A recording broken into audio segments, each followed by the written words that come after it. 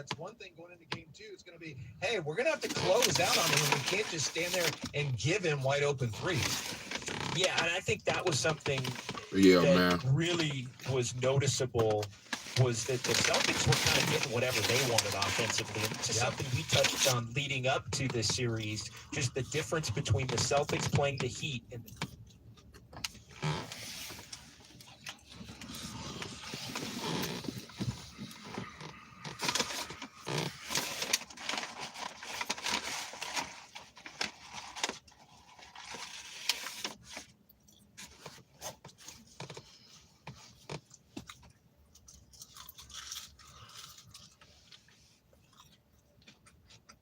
I'm stunned, bro.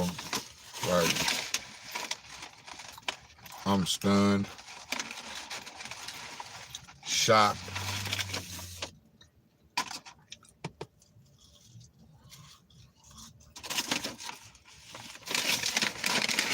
I'm absolutely stunned, bro. Like,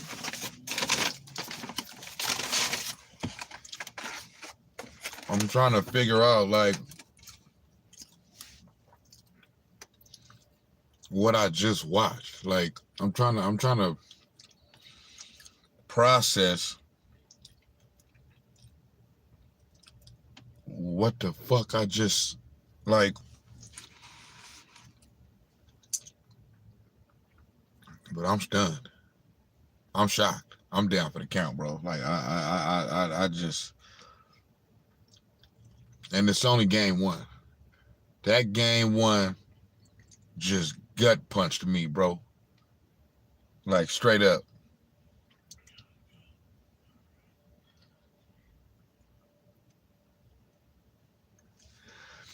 That game one just gut punched me, bro. Damn.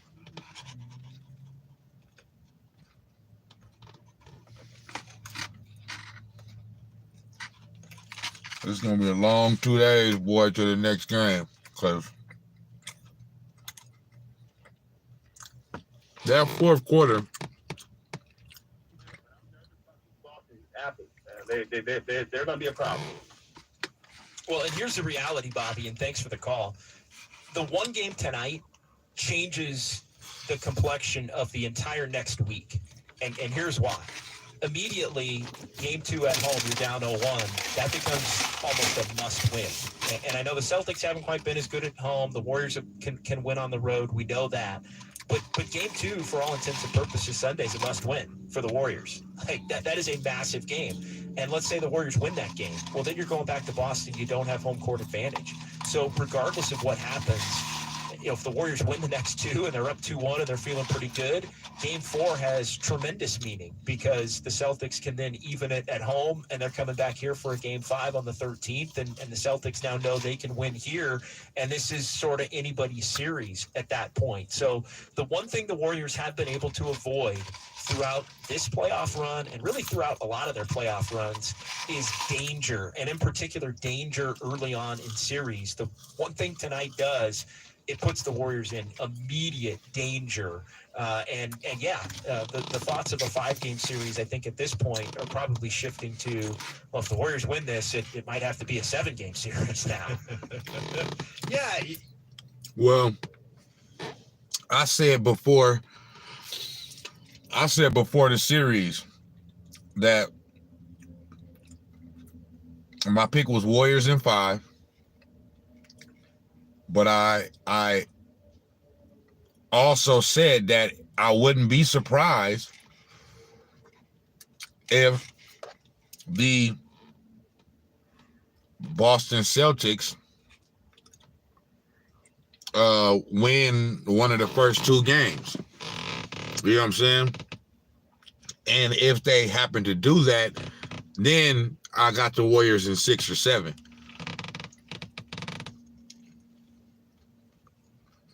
But to be honest, I can't even think about all that right now.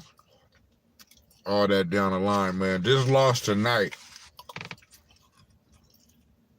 it just feels like, even though it's only game 1, right now in this moment, I know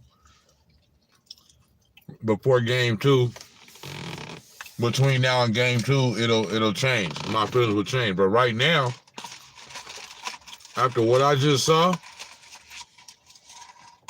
and the manner and fashion in which we just lost this motherfucking game, it feel like they just lost the series. Like, it feel like it's over.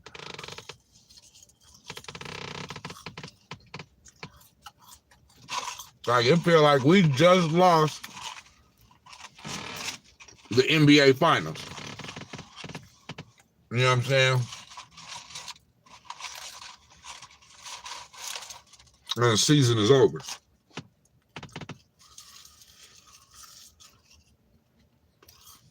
I mean, because for 3 quarters, man, even though they was hanging around, I mean, we controlled that game. So, this was what was shocking to me. A few things happened, right?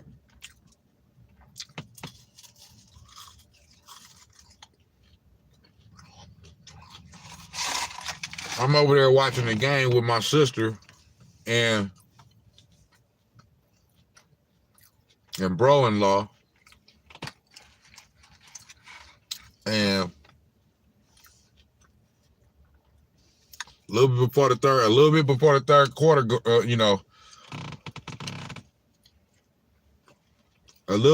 the third quarter ends, he's like, all right, I'm gonna go down here, fire up this little woo woo woo woo, and come down here when you're ready. I said, all right, I want to make sure the third quarter complete. Then I'm gonna come down there. He left for like 2 or 3 minutes to go in the third, so he go downstairs.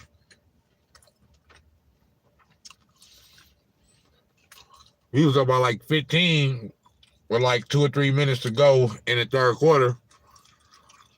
But at the end of the third, we was up 12. So we start the fourth quarter up 12 points. I go downstairs. I'm downstairs nothing but 5 minutes, bro. Take a few puffs of the woo woo woo woo. Look at my phone to check the score, or check to see if the game then started again. Not even check the score, just to see if the fourth quarter had started. Not only had the fourth quarter started, 2.5 minutes had went by, and they had went on a 7-0 run to start the fourth quarter. And then now they only down 5. I'm like, what the fuck? Now, mind you, anybody that watched the Warriors know that they have a tendency, it don't matter what game it is, it don't matter what level of game it is, as far as if it's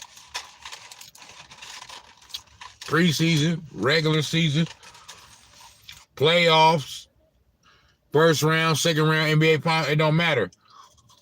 They got this tendency of getting up and getting a little cushion as far as the lead, and just easing up and letting they foot off the gas. Sometimes, a lot of times, they able to overcome letting the team back into the game because they're so good, but sometimes they're not. And tonight was one of those nights where they could not overcome allowing a team to get all the way back into the game. Not saying that a 12-point lead at the start of the fourth quarter means the game is over, because it doesn't. But bro, they blew the lead so fast, bro. You have an incoming call. You have an incoming call. You have an incoming call. You know what I'm saying? Like they blew it fast as fuck. Like, that's the shocking part about this shit. It's just like most of us, the fans, are still trying to process this shit. Like, what happened? Now, like I said, mind you, I know what happened. I just explained it. But they usually don't give it up that fucking quick. I mean, the league was gone within 3-4 minutes of the fourth quarter. And then what made it worse is they didn't stop the bleeding. Because you felt like, all right, they didn't gave up a 12-point lead. Now it's 2 or 3 point, or now it's tied. All right, now we gonna play. Bro, they didn't make no shots. They just lost all their energy. And with every shot that the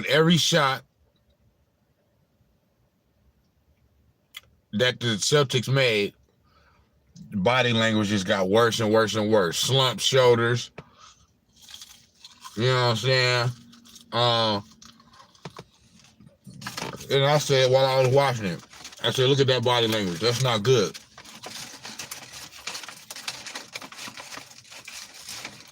It's like, bro, they gonna make a run sometime. They gonna make shots. You can't just throw in the towel, my nigga, and not fight back. And that's really the sad part about it, because, I mean, it's sad to say this, but it looked like they just quit.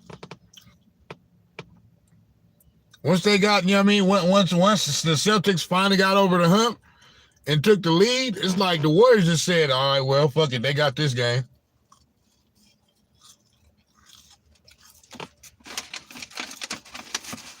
And the game was nowhere near over. They didn't take the lead until like 5 minutes left in the fourth. I think it was 103, 106. But I don't know, man. That's just. And so just like you said, yeah, I mean, you can't be going down 0-2, bro.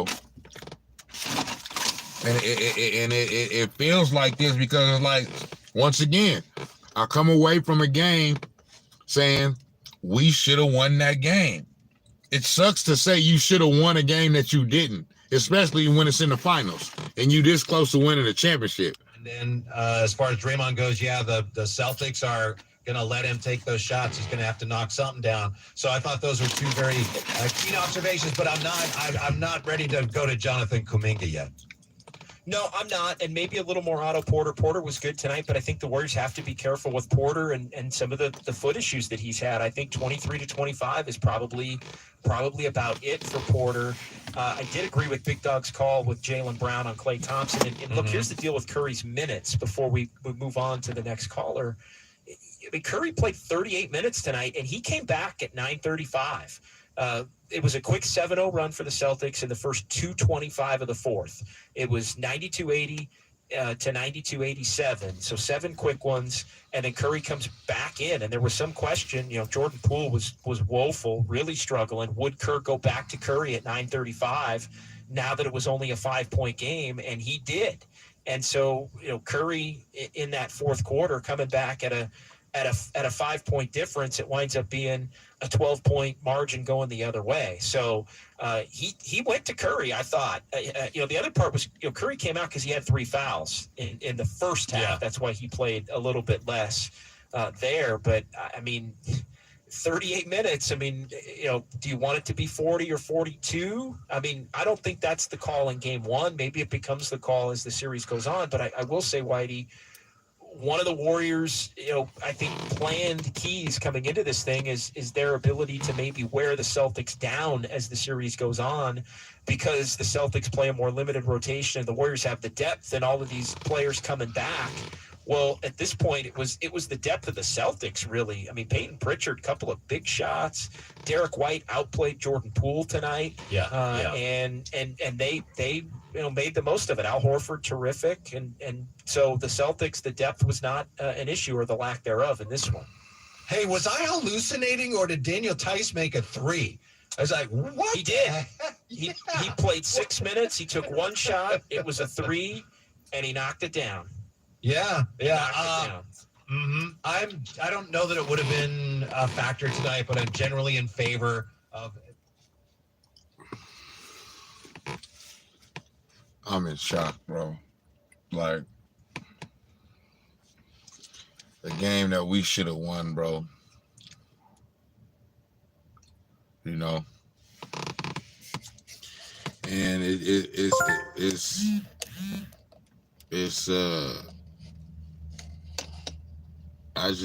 I need to.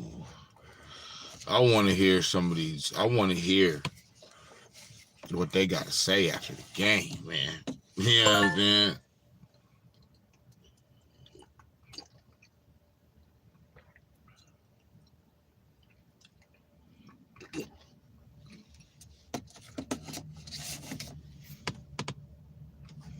You know what I'm saying? Like, I gotta hear what Steve Kerr and Draymond and Steph, and I mean, I gotta hear this, man. Like, I need to hear what happened, bro.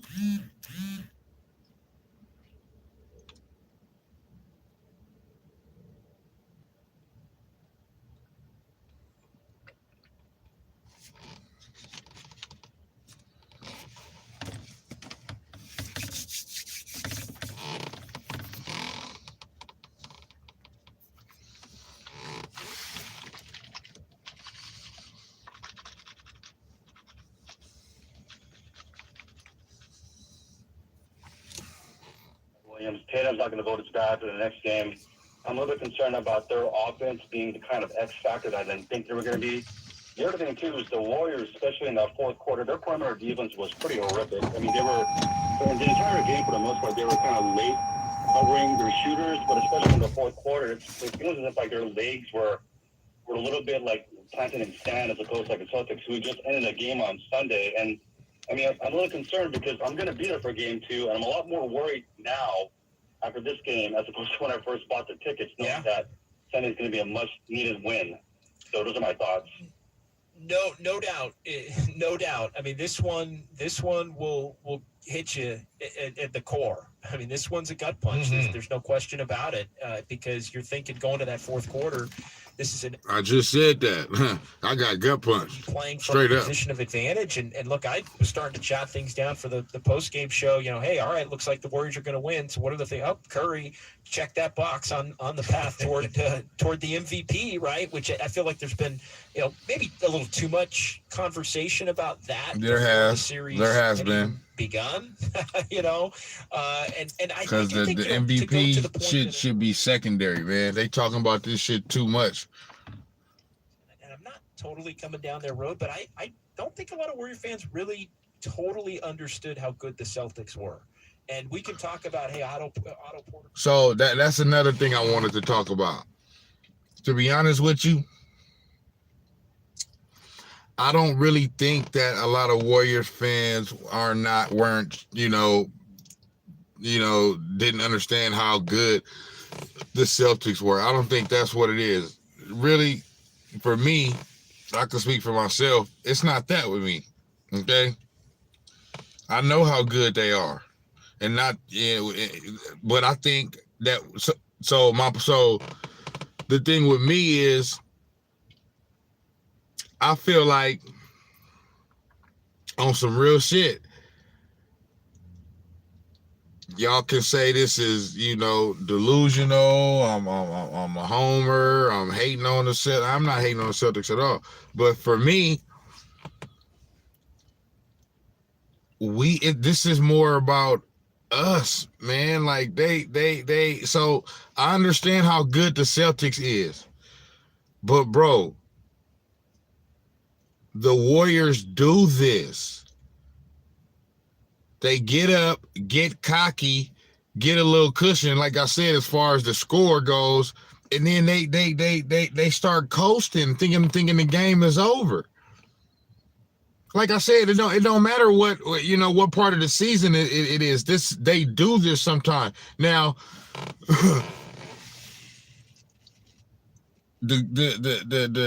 if there is any silver lining, is that okay? Something like this happened early in the series. Incoming call from Mark. Incoming call from Mark. Incoming call from Mark. So incoming call from Mark. Incoming call from Mark. Incoming call from Mark.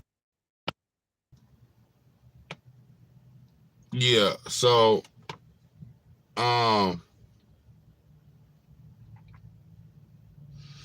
you know, yeah, man, I forgot what I was saying, but it's just one of them things, man. Yeah, man, it's just one of them things to where like they do this. You know what I'm saying? So yes, Boston made shots in the fourth quarter. They went crazy in the fourth quarter. But what I'm saying is,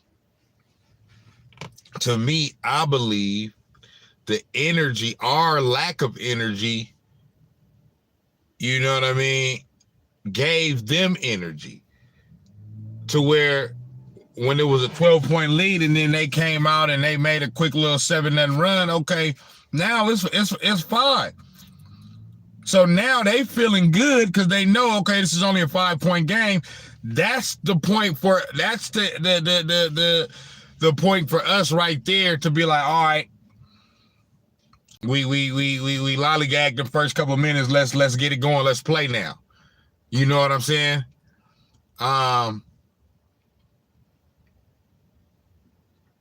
And like I said, a lot of times they able to turn it back on. You know what I'm saying? But they just they it's like they knew they was coming back. They felt the comeback, and the Celtics, but also on our end, like I said, our energy, our intensity, the way we was moving the ball, the way we was playing on both sides of the ball, it just evaporated. And with every it already evaporated because we didn't start the fourth quarter how we were supposed to. We thought the game was over. Then once they made a run, then we like, oh shit. You know what I'm saying? They still in it. You know what I'm saying? And then they kept making shots. And then it was like, damn. It's like they was looking around at each other like, what do we do? Like, you know what I mean? Like, and then they took the lead and it's like they just, man, it just kind of felt like they just folded. They just, you know what I mean? They quit. Kind of like, shit, they got us, y'all. They came all the way back, took the lead, and then it's just, everything just all went all bad, man. I need to. Thanks for the call. I need some explanations, man. I'm not saying he can't play in this series, but I'm not making that move either. I mean, look, Jordan Poole was pretty damn good against Denver. He's pretty damn good the first 3-4 games against Memphis. He had his moments against Dallas where he really helped, send them out. Listen, all these callers calling in talking about play this dude. Like I'm shocked at how we blew that lead so fast and how we didn't basically punch back because we were basically doing the punching the whole game. You know what I'm saying? We was beating them up the whole game. Like I said, even though they was hanging around and at the end of the first half, they had a 2-point lead. We really controlled the first half for the most part. And then in the third quarter, we did what we do. And then in that fourth quarter, dog, they outscored us 40-16. Like, but my thing is, I'm not overreacting as far as, to say, all these motherfuckers calling in talking about they play Kuminga more. Man, please, that ain't got nothing. Kuminga ain't finna come in and change nothing in this fucking series, okay? It ain't about that. I'm shocked that, like I said, the way they lost the game and blew the lead so quick and didn't do anything to defend the lead or fight back once, you know what I mean? They didn't do nothing. That's the shocking part. That's what got niggas so stunned. But this ain't got nothing to do. This not personnel. This is not a personnel thing. You know what I mean? It may be strategic. Maybe we need to try to do something else. I don't know. But really, to be honest with you, it's less strategic too. To me, it was just the energy and how they started out the fourth quarter, and they couldn't pick it back up. They couldn't match the energy of the Celtics in the fourth quarter, and the Celtics just got going. Because you can have high energy but still not be, shooting the ball well. They happened to have high energy and they were shooting the lights out, and we just couldn't match that in the fourth quarter. All we would have had to do is just match their energy at first. It would have been cool if we wasn't making shots, but if our energy would have been there, then they wouldn't have made all of the shots they would have made, because we would have been more active. We was just playing like, all right, 12-point lead. Okay, yeah, they cut it to 8. All right, they just lollygagging, but hey. You start to look at collapses. I mean, this is a playoff game that the Warriors, and even in the regular season, but in particular in the playoffs, this is a game the Warriors never lose in the playoffs. So I do think it's definitely not nothing. I mean, this is the kind of game where if the Celtics had lost this game in the fashion that they did, it would almost make it where it's series over in favor of the Warriors. And I think with the Warriors being the slight favorite, at least in our eyes coming into it, they get a little bit of the benefit of the doubt more than the Celtics would. But that is the kind of game, even in game one, that can flip a series. And I think to a certain extent it already has flipped a series where, anybody thinking Warriors in 5, that's off the table. Anybody thinking Warriors in 6. That's not off the table. It's not off the table. If they win 4 straight games, it's not off the table, bro. But it's and see, this is what happens when you lose a game like this. The overreaction to it. Like I said, I'm not overreacting to nothing, bro. I'm just stunned at the way they lost. You know what I'm saying? The Celtics didn't dominate this game or overpower the Warriors. You know what I mean? The Warriors had this game, man, and should have won this game. They just didn't come to play in the fourth quarter. I guess, man. So I'm not overreacting. It's just, I'm just stunned, bro. I'm stunned. This should have made me tired, sleepy. You know what I'm saying? Like, it's going to be a long 2 days, man, until game 2. Gotta listen to these motherfuckers tomorrow morning on all these talk shows, overreact and talk all this shit, and it's gonna be bad. It's gonna be bad. It's just gonna be not good. Thinking, all right. But listen, I'm not saying that it's probable that the Warriors could win in 5 games. I'm just saying it's not off the table.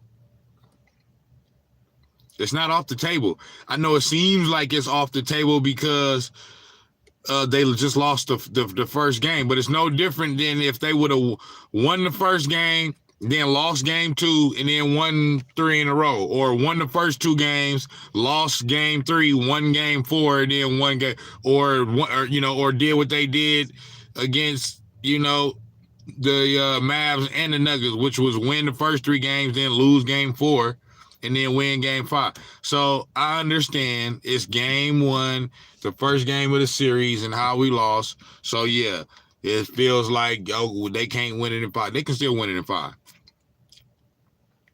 Like I said, is it probable? No, I wouldn't bet my money on it. But it's not impossible that they could win 4 games in a row. But it's not about even looking at ahead. I'm just saying I'm just not overreacting. But these people gonna overreact. That's what's gonna happen. They're gonna overreact. They're gonna have all these wild takes, and the Warriors are going to get they're gonna get slaughtered over the next 2 days until the next game.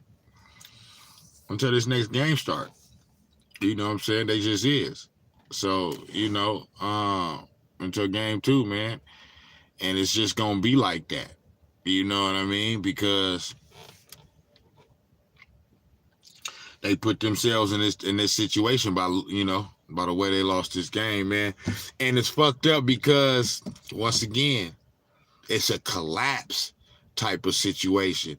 So all of the talk about Steph ain't clutch, because it happened the collapse happened in the fourth quarter. Now, mind you, the beginning of the collapse, what triggered the collapse, the root of the collapse, Steph Curry wasn't in for that. By the time Steph Curry came back in, the damage was already done. You know what I mean? They had given up a 12-point lead, and it was 5. You know what I'm saying? So the damage was already done, man. So by the time he came in, it was already, and as soon as he got back in, they turned the ball over. Now it's 3. And then they kind of started trading baskets, and you know what I mean? And then they ended up taking the lead. Steve Kerr called another timeout. First play, they turned the ball over again. He even gave him a little pep talk. All right, guys, look, they making shots, but hey, fuck all that. This is our time right now to make our stand right now. You know what I'm saying? And the first play out of the timeout, they turned the ball over. The first play, they turned it over. So it's, man. 14, I do think he got attacked defensively, and the 15 points overall is obviously under what you want going in for Klay Thompson. As far as the ball movement and all that, I thought the Celtics took some of that away, number one. But I also think, the dominant Klay games, we talk about this, they're just going to be fewer and farther between. He's just not going to dominate an entire series maybe at the level that he did before. He's going to have a couple of great games, especially if this thing goes 6-7. But he's also... Klay Thompson has never dominated a series, bro. He's always played excellent defense, and he would have 1 or 2 games out of every series where he would go bonkers. In the other games, he would just be normal. You know what I'm saying? He would hit his timely shots, hit his timely threes, but you know what I mean? He'd give you his regular 18, 19 to 20 and play excellent defense. So this notion that Klay before the injury, he was game 6 Klay for the whole series and shit. That's never happened, ever. That's never happened. Overall, if you say overall throughout the space, yeah, he's had series where he's played better offensively than other series, yeah. But on the average, Klay Thompson, since we've been on our run, throughout a series, he's gonna have 1 or 2 games where he's gonna go bonkers. Usually it's gonna be a pivotal game 6, game 7, or game 5 or something like that, where he's gonna go bonkers. Okay, and then he's gonna give you maybe another game like that, maybe earlier in the series or another part of the series. But for the rest of the series, for the other 3 or 4 games, he's gonna just, he's gonna give you 18, 19, 20, 3 for 7, 4 for 9, 4 for 10 from 3. You know what I'm saying? And play solid defense. That's what he's always been. He ain't always been 30 to 35 points on 7 for 11 and 8 for 12 shooting every game in the playoffs. End up in 7 games winning because of their sheer toughness and grit. And they've got that little old school mentality to them. I don't know if you agree. Definitely. And thanks for the call, Max. We really appreciate it. 888-957-9570. There were multiple times tonight, whether it was a hustle play to get over and block a shot, save a ball from going out of bounds. Robert Williams diving on the floor. They do grit and grind very much in that way. Yeah, Marcus Smart is very gritty and grindy. He had a wonderful game. And also Boston, very similar to the Warriors in this respect, they're a pretty selfless team. They've got their star players in Tatum and Brown. But that's part of being gritty too. It's all about doing what it takes to win. We'll see if the Warriors can match that physicality in game 2.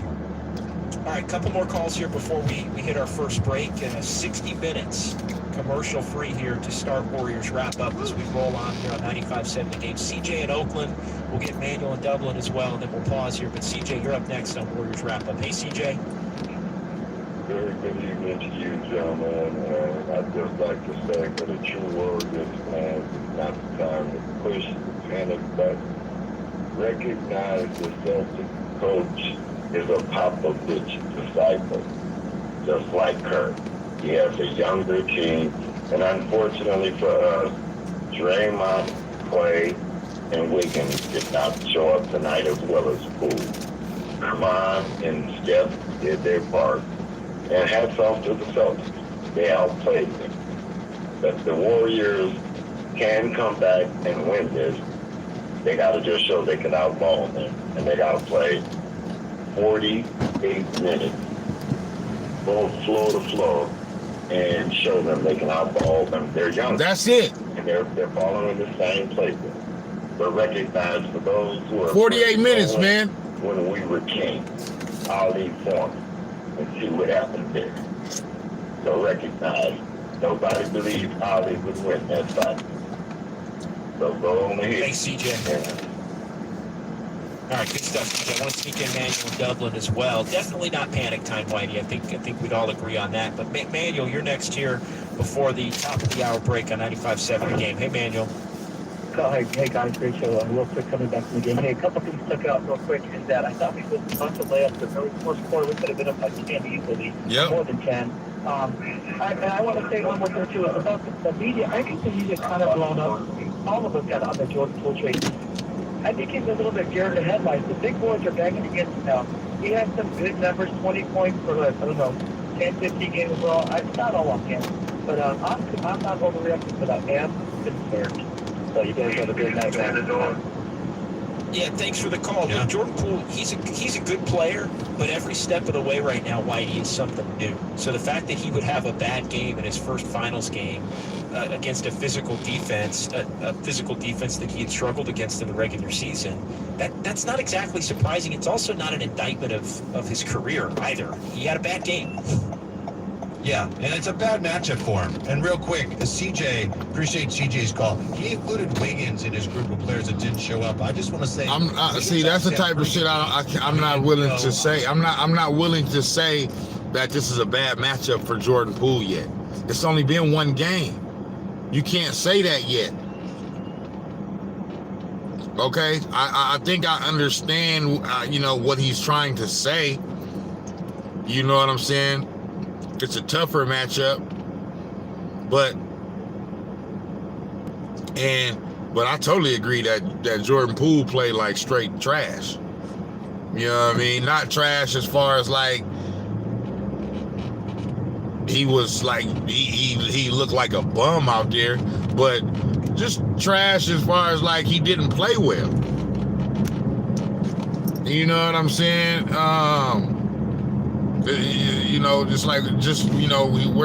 Where you at? But I'm not really too much tripping off really no one individually. You know what I'm saying? I'm just stunned and shocked, bro, at how we lost this game. You know what I mean? Like that's it. That's it. I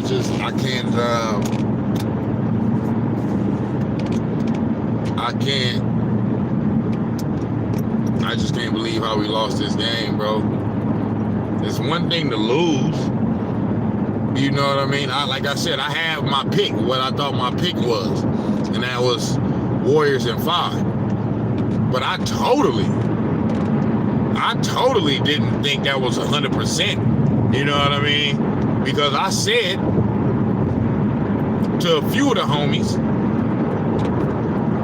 in talking about this series, you know, before game 1, I said, I believe we're going to win in 5. However, I believe in order to do that, we got to start 2-0 at home. Now, obviously, we didn't do that. So I said, if we don't start out the series 2-0, okay, then I believe it'll probably go 6 or 7. You know what I'm saying? Because we would have immediately given up home court advantage. And like I said, it don't mean that they can't win 4 in a row, but it's unlikely.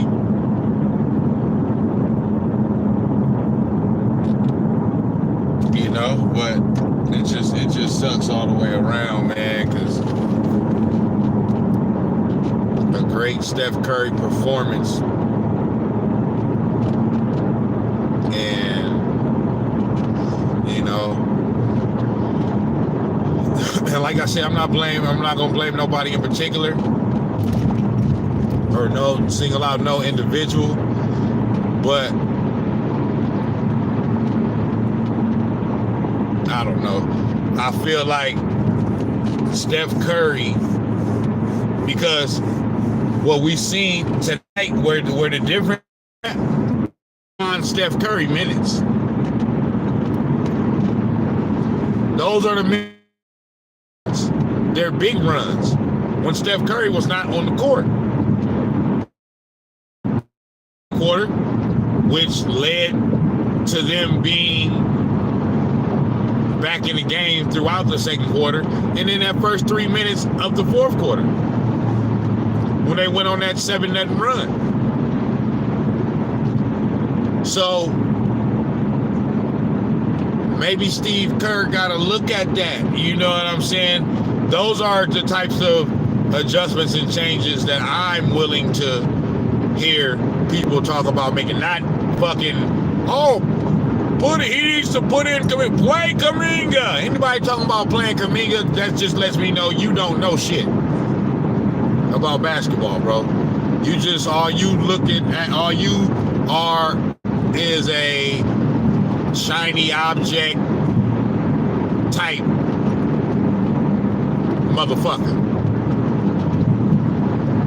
Because playing Kuminga would be worse for us. I'm not saying you can't put him in the game throughout this series, you know, at times, just to get him out there and just to get the Celtics a different look. He's an athletic, you know what I mean, dynamic player. So yeah, I'm not saying you can't put him out there, but these motherfuckers is calling in talking about make him a key factor and shit, like an Andrew Wiggins role or something. Man, please, we'll be a worse team. He's not ready for this like that yet. So,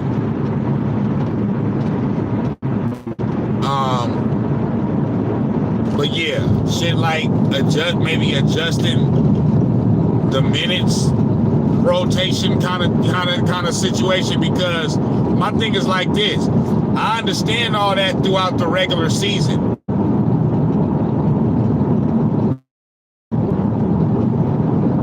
You know what I'm saying?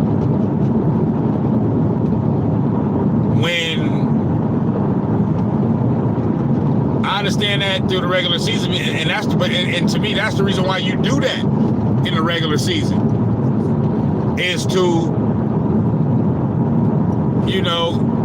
have the players on these whatever minutes restrictions or whatever to keep them, somewhat fresh throughout the season, so that way they can be ready for times. Now is not the time to keep that same rotation like it's a regular season game. Nah, switch that shit up.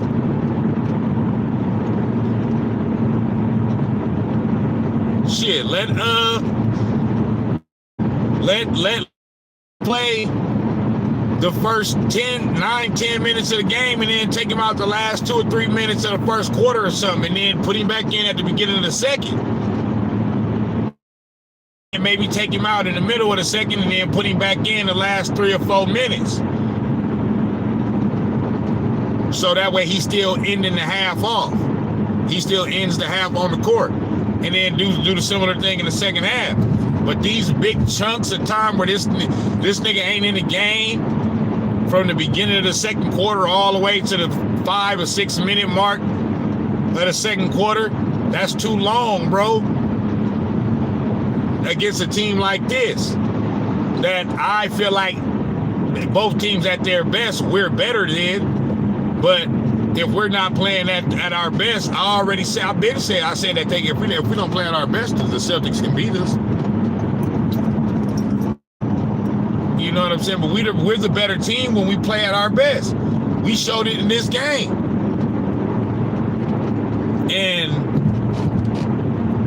they did what they do, man, which is get up big, not big, but get a little cushion, and then just let their foot off the gas and start and let their energy down and start playing like the game is over. And then the other team get back in the game. Now you gotta ramp back up and get that energy and intensity again.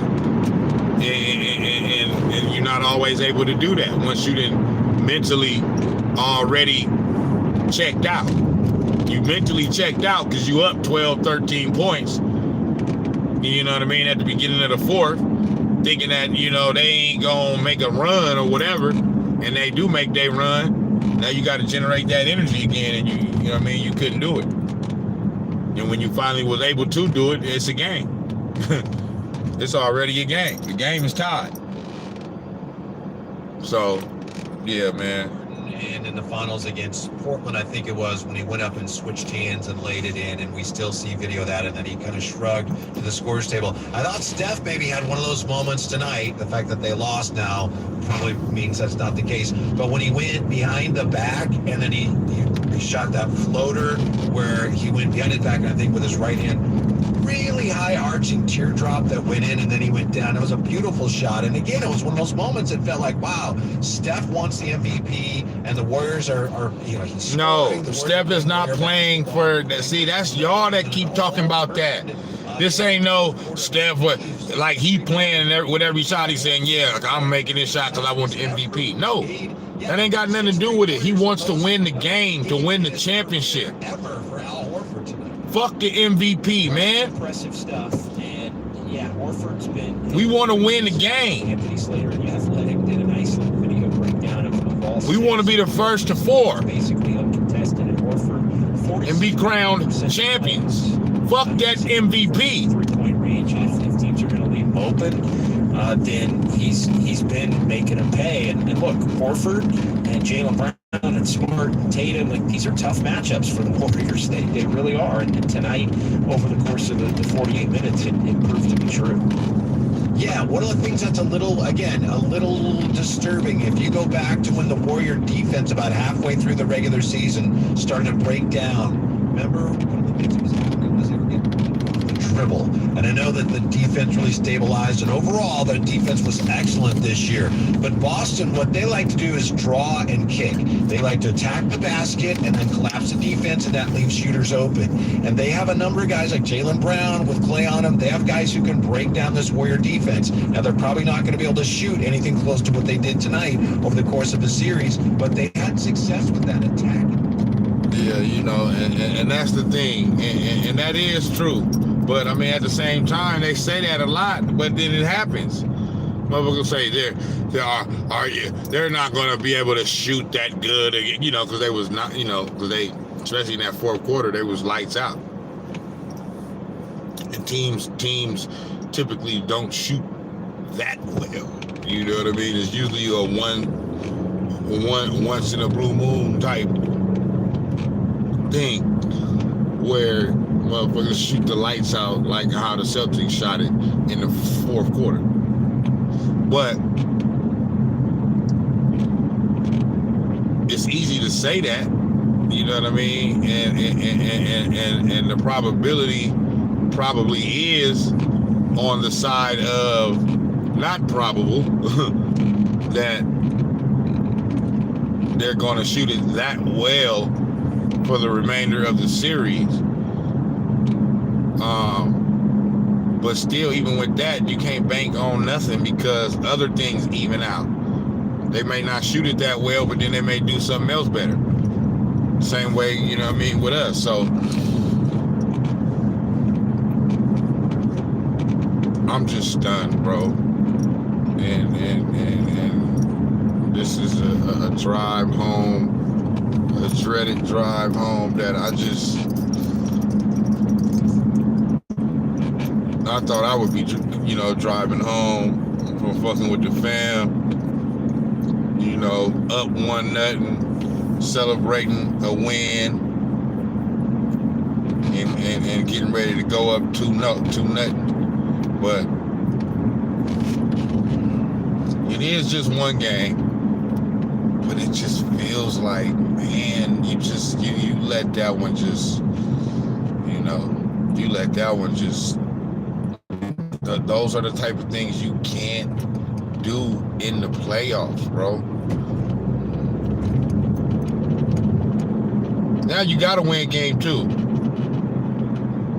And I know, you know, motherfucker might say, a lot of motherfuckers will say that it's a must win. Professional athletes, you know, and people in the professional sports ranks probably will say it's not a must win, because even if they lose it, they gotta lose 2 more games to be eliminated. And I understand that, but it's just, you don't want to lose your first 2 games at home in the NBA Finals. You know what I'm saying? Like, you just don't want that to happen. So, for me, game 2 is a must-win, bro. Just for us to feel good, man, and get back on the winning track, man, and feel like, all right. Because right now, I'm not on some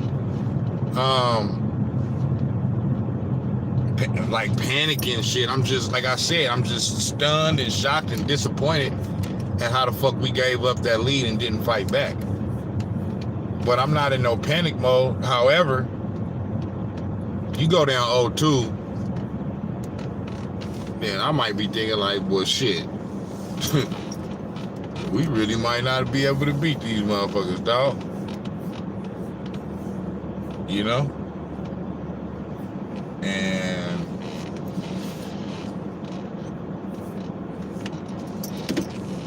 And that's just what it is, man. But yeah, nah, man.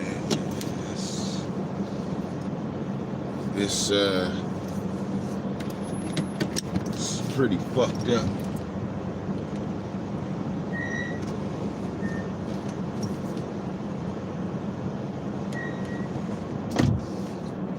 It's a pretty fucked up feeling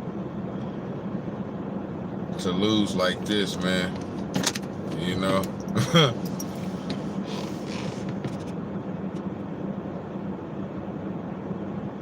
You know, so yeah, man, I'm just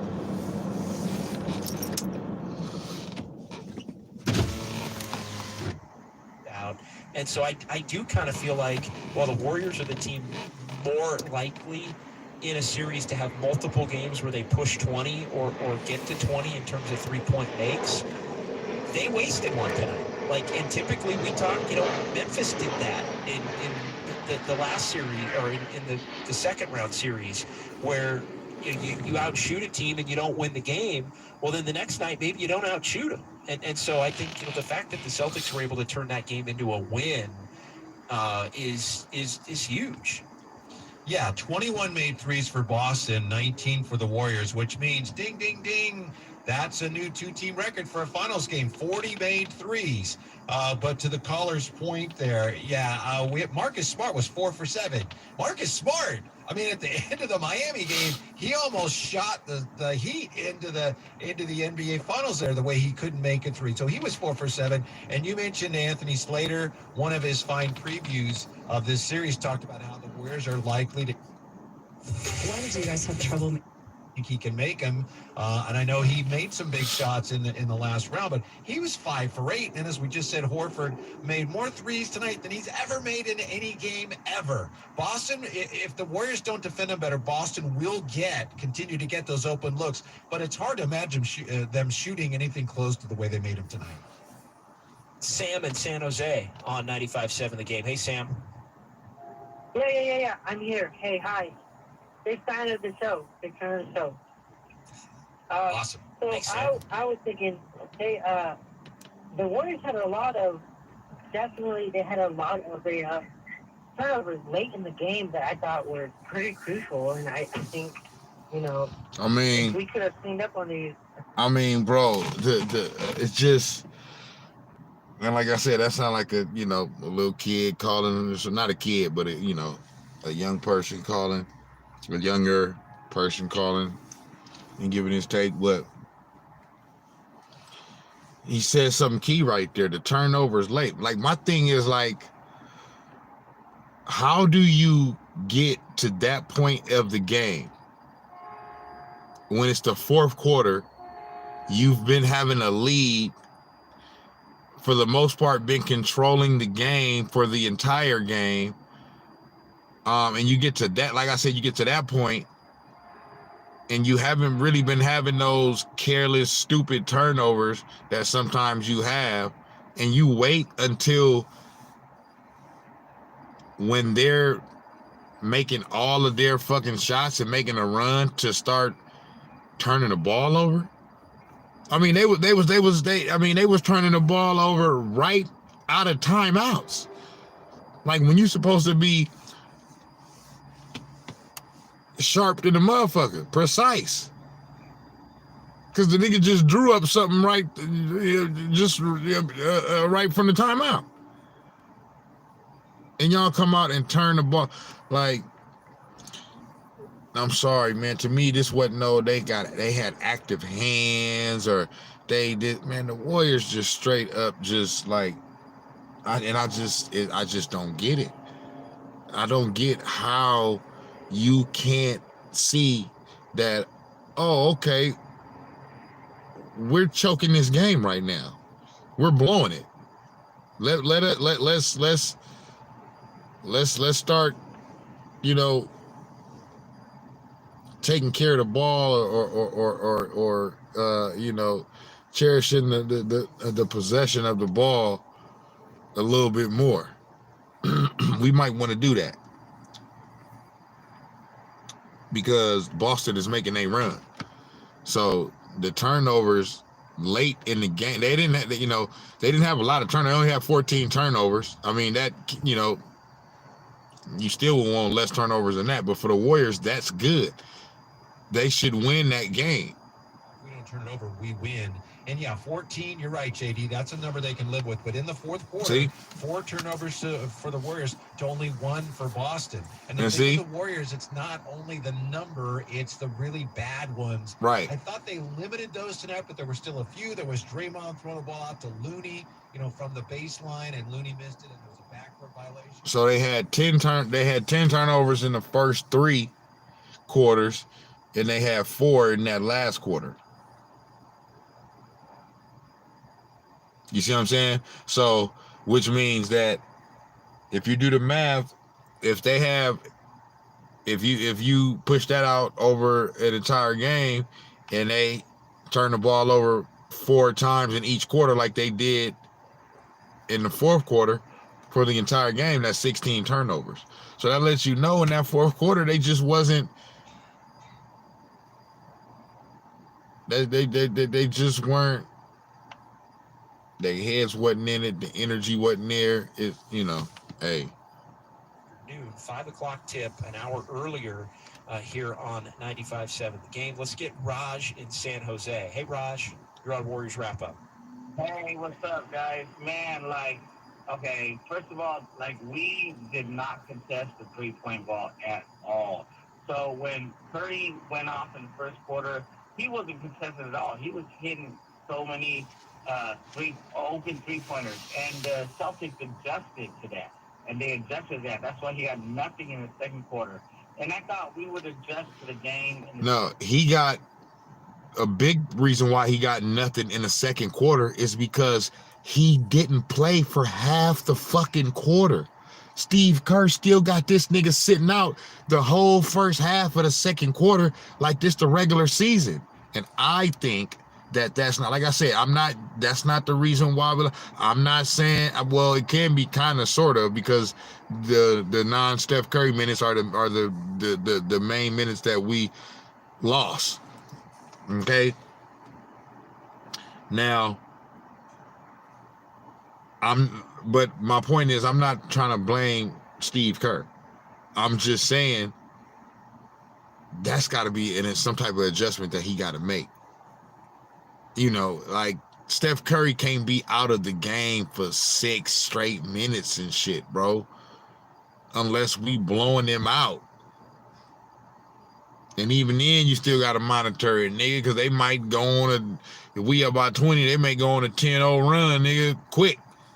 Like, the silver lining about this is that it's happened early in the series, and now I'm not saying their antennas wasn't up already. They were. But now they're really up. You know what I'm saying? So that can be a good thing. But that also means that if they find a way to lose game 2, the Warriors, then that's really a bad sign, because that would be after the antennas was turned up even more than they was already up before game 1. You know what I'm saying? So, because the Warriors ain't trying to go down 2-0.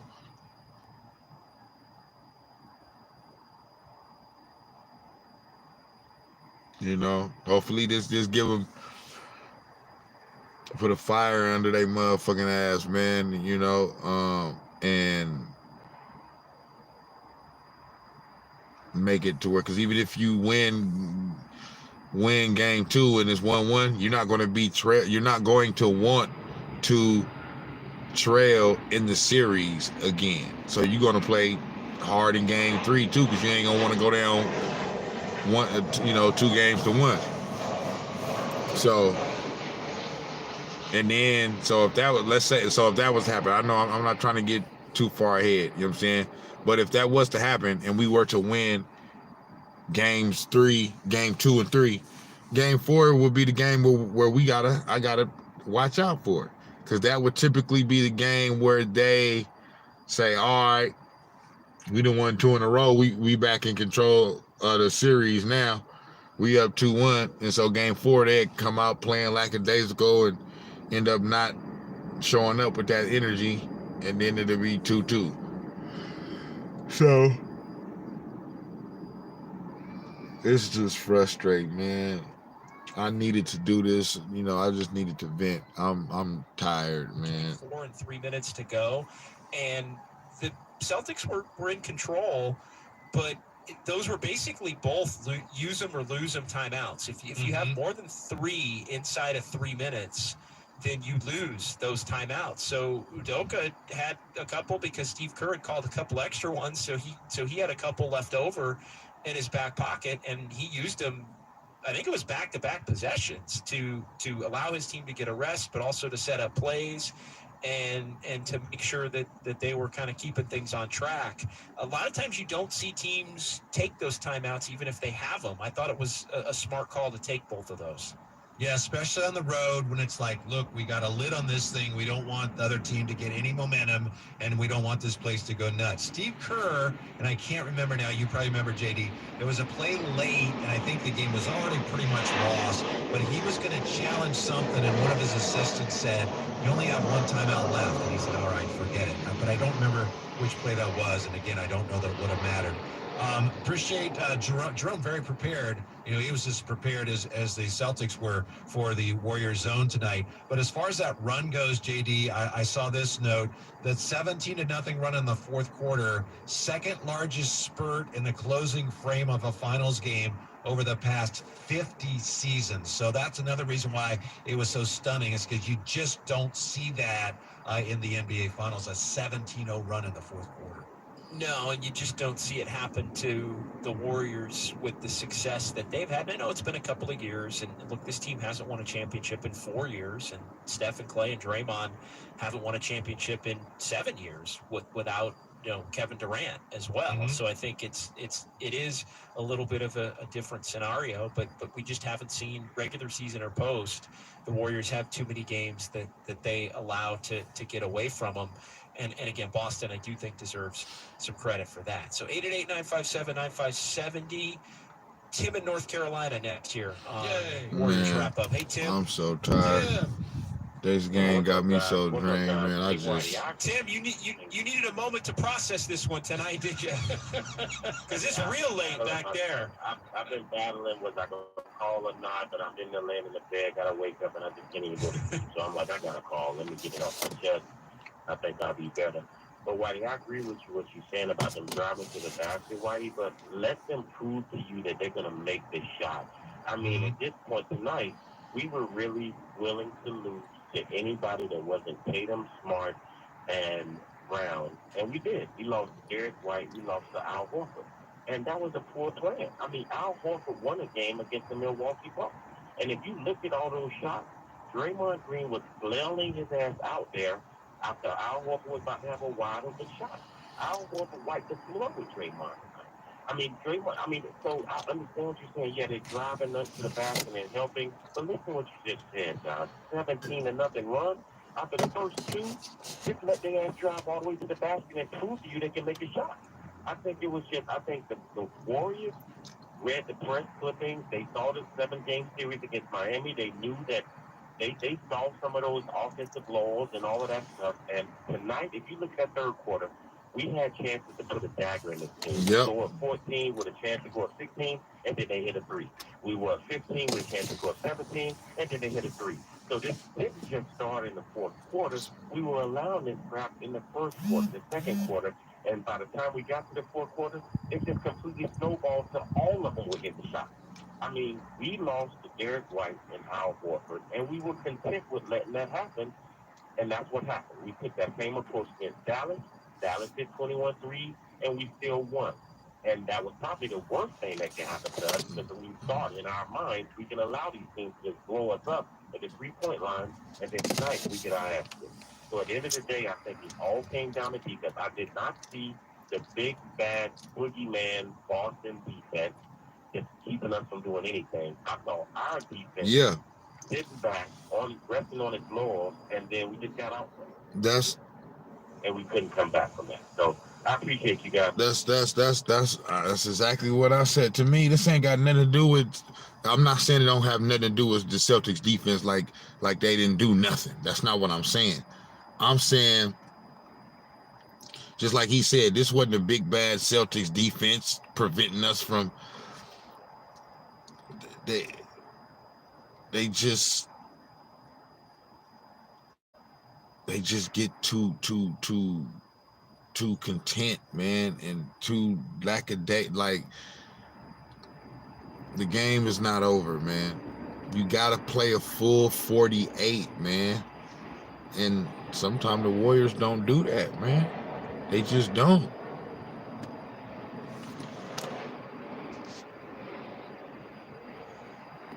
Very comfortable. Even when they were way behind, they were very comfortable. They were comfortable because they didn't feel threatened by the Warriors' physicality, and I don't think they had a ton of respect for the way the Warriors were guarding them. 888-957-9570. This nigga be saying some dumbass shit. They just be saying, like, that's what be making you mad about this shit, bro. Like, what the fuck are you talking about? I don't think they respected the way that the Warriors were guarded. Like, what the fuck does that mean? What the fuck do that mean? Nigga, you either making shots or you not. They didn't respect the way the Warriors were guarding them. I don't even know what the fuck that mean, bro. Like, that's some old dumbass fucking shit to say. You trying to sound fucking basketball smart and you sound dumb than a motherfucker. Cause that shit don't mean nothing. You know what I'm saying? Say some shit about the game. What happened about the game, dog? What you seen in the game? Not they didn't respect the way the Warriors was guarding them and this and that and blah. What the fuck do that shit mean? You ain't gotta respect the way I'm guarding you, nigga. As long as I'm playing the game legally and it's working, fuck your respect. I'm trying to win. So what the fuck this stupid motherfucker talking about? So his resume's on Indeed. And you know, at a certain point, it was just like they knew that the Celtics weren't going to miss, and you know, the Warriors weren't getting really anything from Jordan Poole. Clay started to get a little cold. Steph wasn't doing what he did in the first half.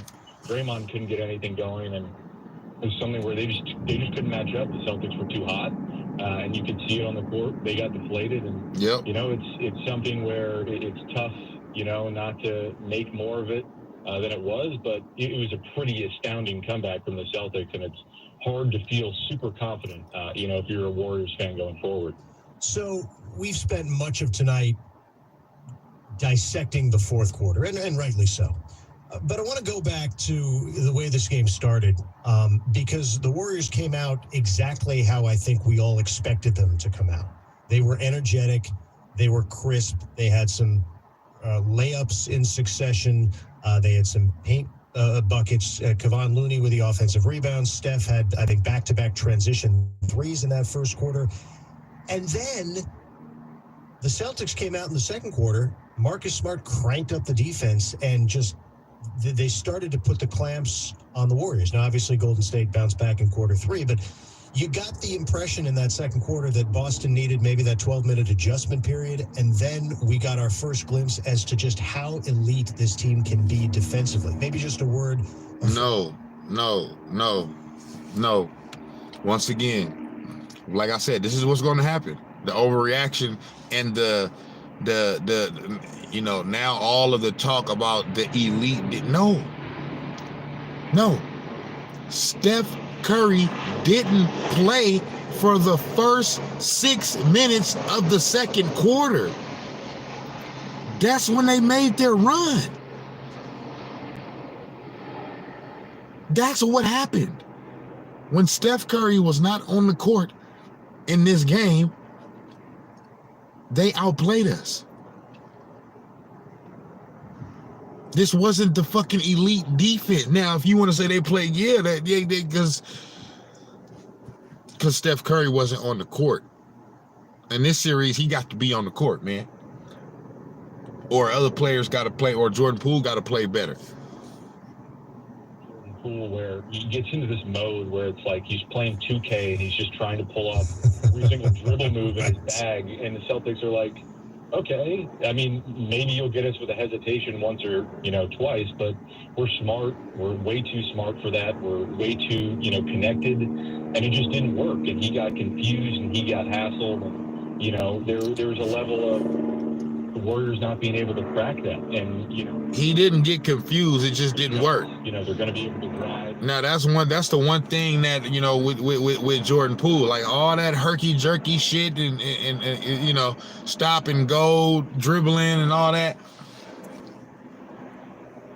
I never liked it fully to begin with. It's cool when it works. I mean, you know what I mean? But I never fully liked that type of shit. I just like when he being, you know, decisive, you know what I mean, and going to the basket and doing this little shit around the basket, and when he splashing them threes, you know, the herky jerky shit and all that work against certain teams. That's one part that I can give about that's one thing that I can give to the Celtics defense when it comes to that part of their defense. That shit ain't gonna work against them. What is going to work is what we were doing, you know what I mean, in regards to Steph. I'm watching the game with, like I said, with my sister and my bro, and I'm like, man, get Steph Curry the ball more. He's hot this game. He's on. And man, they want to keep playing that team. Like sometimes you gotta just you gotta go with it, bro. The team basketball and all that shit, that's gonna kill them throughout the entirety of the whole series. But tonight, Steph had it going. He should have been, you know what I mean? Like, and he don't play the whole first 6 minutes of the fucking second quarter. Then when he come back in, he's coming straight off the bench. He's cold now. He sat for the whole quarter up until that point. So now he's cold. He got to ease his way back into the game. By the time he is warm, now it's only 2 or 3 minutes left in the quarter. You know what I'm saying? So that's what I'm saying, man. Steve Kerr gonna have to bring him back in earlier now, man. Like, it ain't the regular season no more. That's the reason why you do all that minutes restriction shit, to have him ready and fresh for this time, so you can play him long. Ain't no time to be, you ain't gonna run him to the ground and expose him to unnecessary injury and stuff like that. But hey, if he got to play 40 to 43 minutes, that's what he got to play. It's the end of the season. This is the last round. You trying to win. You can get all the rest you need in 2 weeks, brother. Hit 5 threes to him. That's not supposed to happen. And Jaylen Brown, who had kind of a tough first 3 quarters, was terrific in the fourth quarter when the chips were down. Yep. Playing back home in the Bay. This position was the last time they were in the finals in 2019. They lost game 1 at Toronto and did wind up losing that series in 6 games. I have a couple numbers too, JD. I don't think they're going to make Warrior fans feel any better, but as you know, the Warriors led by 12 after 3 quarters. Teams this year in the playoffs, when trailing after 3 by 12 or more, before tonight, teams were 1-31. The only team before Boston did it tonight to come back 12 and can down. Can I guess? 3. Yeah, please. And was it the Rockets over the Magic in '95? Oh no, I'm sorry. This is this year. This year only. Oh, okay. I thought you meant in the finals. So you may be right. Okay. You may be right. No, we're talking about this year's playoffs. Sorry. Go ahead, Whitey. Do you want to guess again? Do you want to guess who did it this year in the playoffs?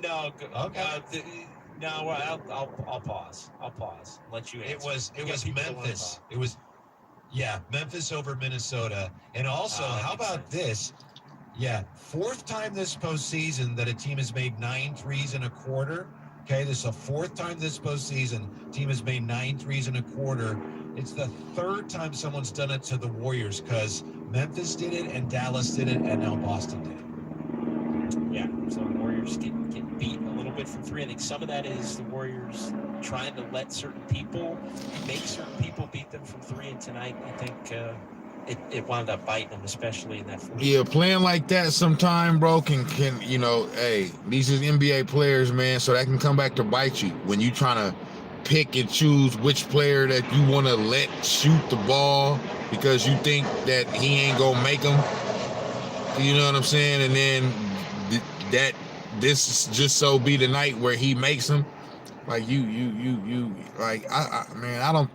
think you got to play hard defense on everybody. Don't give nobody nothing. I mean, these is NBA players, man. You know what I mean? I understand, you want to roll with the percentages, and you got certain players that, don't shoot as good as others. You know what I mean? So, but still, man, you got to get a hand in everybody's face, man. Not this, this nigga over here, he don't shoot good, so we just gonna let him shoot. Nah, don't let nobody shoot. Nigga play defense hard, man. Fuck letting niggas shoot and all that old other shit, man.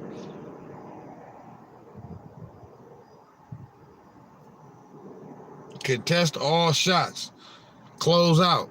All that shit, bro.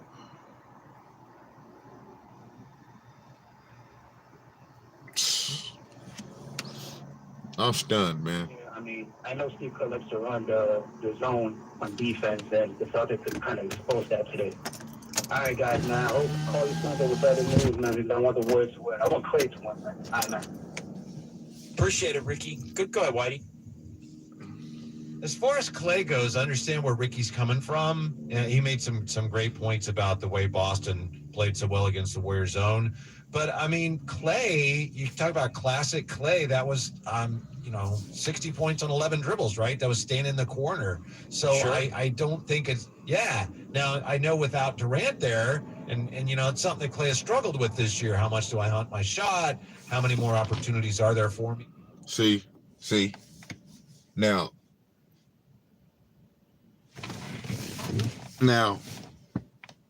why is this whole ass nigga bringing up Kevin Durant? Why? Kevin Durant don't got shit to do with this, bro. He don't got shit to do with this, man. So why are you bringing up Kevin Durant, bro? Fuck Kevin Durant, nigga. We don't give a fuck about no damn Kevin. Now, when Kevin Durant was there and blah, blah, blah, man, Kevin Durant is at home watching us.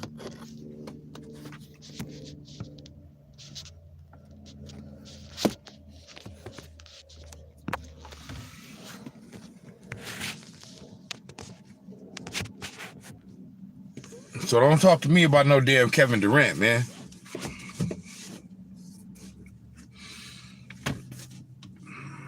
So, yeah, man. Snax on Sportz, man. I just had to, I had to vent to y'all, bro.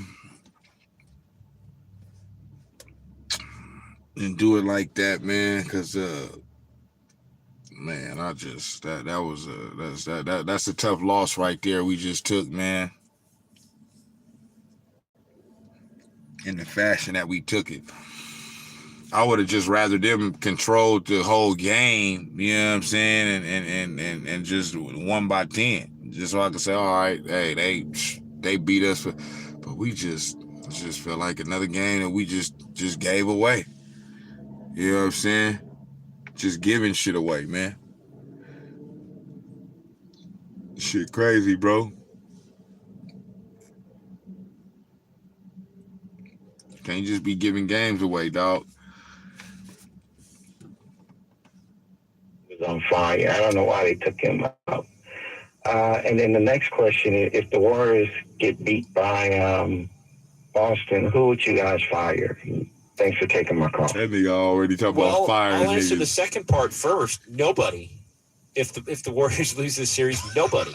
Because I think at that point, you go back and you look at what the expectation was at the beginning of the season. And look, tonight's not the night for that. The series is not over. The Warriors could very easily bounce back and win Sunday, win Wednesday in Boston, and it's 2-1 at that point. And we're having a completely different conversation, and all the pressure is on the Celtics to even it back up and bring it here 2-2. Otherwise, maybe the Warriors are looking at a clincher. So these things can change fast. And look, I would bet the Warriors to win a road playoff game me too. in this series. A final, in Boston. They just got to learn how to play for a full reason as they've been on the road. I mean, that's just kind of part a of full their 48. So nobody's getting fired. You just got to play a full 48 minutes, bro. In some ways, and we've spent the last couple of days talking about what a surprise it is for this team to be in that position. You kind of can't have it both ways. But as far as what would change, the more pertinent question, one thing that has popped up on the text line, Whitey, and I wanted to throw this at you on the 415 Xfinity mobile text line. Do you think the Warriors shouldn't be playing Iguodala? It's something that's popped up in a couple of different points tonight. Nah, that ain't got nothing. First of all, that ain't got nothing to do with it, bro. Firing someone, I'm with you, JD. I'm guessing he's coming from the view that the Warriors are supposed to win and they should win, and if they don't win, it's a disaster. And I don't think that's necessarily the case. Yeah. It's a massive achievement. Well, look, and here's the thing for me. Look, and sorry to jump in on you, but like for these two teams, if the Celtics win this series, like it's not so cut and dry. Like they're close enough. And there was a lot of talent on the floor, and I think it was an entertaining, well-played game. But these two teams are close enough to where either team wins it, you're going to be like, okay, they were the better team. They deserve to win. I mean, that's just being real. Yeah. Iguodala really didn't give him much tonight. I was surprised he played. I don't have any problem with him playing, but yeah, what did he play? You said It was only 12 minutes, and he had Dude, 7 how you points. surprised he played? They've been talking about this all this time, bro. This ain't got nothing to do with Iguodala, bro. We ain't. Yeah. So this ain't. The change I would make is if there's any way Gary Payton is coming along, I would want him to play. Now that's another thing. Gary Payton was cleared to play, and he didn't play. That's something I would look at, and I may not. We need all the defense that we can have, bro. And other than that, to match what they got going on. Obvious, but you just can't. Yeah, there's some mistakes made in this first game, bro. I thought Boston, they just had way too many open threes tonight. Way too comfortable offensively. That's definitely what it is, and I think it's also maybe and it's try to get into a little bit more of a flow offensively where it's not just kind of Curry versus the world. It worked out when he was hot. That's what was working. I do think it was I'm not for others to get into a flow, and it turned out the Warriors. They needed others, and in particular, they needed others in the fourth quarter. Because when Curry wasn't on the court, and I did want to point this out on a night where he had 34 points, Whitey, and he ended up 12 of 25. Into the first quarter, Steph was 7 for 9, and one of the 2 misses was a half-court heave at the buzzer. So he was basically 6 for 7 from 3 before that, 7 of 8 overall, the 21 points, and then had the buzzer-beating shot, which counts against the stats. So 7 of 8 to start. Let's call it 7 of 9 to start. He finished 5 of 14. So he was on fire in the first quarter, but 5 of 14 over the final 3 quarters. And, in foul trouble a little bit before the half. And, he had a nice third quarter, but the Warriors were I think, looking for it was a night where he was going to have to carry him, and he did in the first quarter, but didn't necessarily down the stretch, and nobody was there to help him out. Yeah, and Boston did do a better job of staying connected with him and getting maybe a little more physical with him. Here's the sticky part, JD. No, they didn't. The motherfucking offense totally was out of sync in the fourth quarter. Like, everybody, the whole is just like, bro, I'm talking about when it went bad, everything went bad, man. It's ridiculous, bro. A dilemma that the Warriors are facing going into game 2. And if you decide you're going to play Payton more, then how healthy is he? And is he somebody who offensively can be iffy at times? Bro, what you mean? How healthy is he? If he was cleared by doctors and he's 100% healthy, he plays. If he's not healthy, don't play him. Ain't no how healthy is he, nigga. If he ain't healthy, then he shouldn't be out there. If he is, put him in. But again, I do think it's tricky because of the combinations. It's all combinations with Steve Kerr. Right. And if he's going to be is he going to be out there with Iguodala? Is he going to be out there with Steve Kerr, you got some Draymond? shit to show me in game 2, boy. And that's where it becomes, I think, a little more problematic because I'm not blaming no one individual, but I think a lot of it is a few. It's a collective blaming between the coaching and the team, Poole, Thompson, Iguodala, and the players that that can need to be blamed. Maybe him for this out there shit instead of Draymond. I mean, I think that's where it gets a little bit tough. Is to you want him to play, but how exactly is he going to play, and whose minutes exactly is he going to take? So it's definitely a valid conversation. I think it's one we're going to have here over the next 2 or 3 days as we lead into game 2. So 888-957-9570. Let's go rapid fire. We got a lot of people that want to talk. Full phone line still. Priest in Palo Alto is next on Warriors Wrap Up. Hey, Priest. Hello. Hey. Thanks for taking my call, fellas. I just quick observation on the game. It looked like the Warriors, their legs were dead. I just didn't see. See, that's bullshit. Force, offensively or defensively, especially defensively, the entire game. No, you wrong. You absolutely wrong. How can you say that? How can you say they legs was dead and they didn't play with no force on the offensive and defensive end the whole game?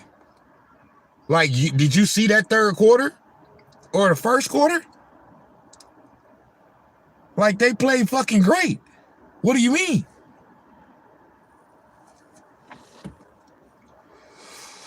They was active with they line. The only time they played what that man described is in the fourth quarter. So that's cap, bro. That's these Warriors fans calling in trying to make the game what it wasn't. That's the flip side. When I say these other motherfuckers overreact and they gonna say all this, that, and the Warriors can't do this now, there's an overreaction on the opposite end too, on the opposite spectrum.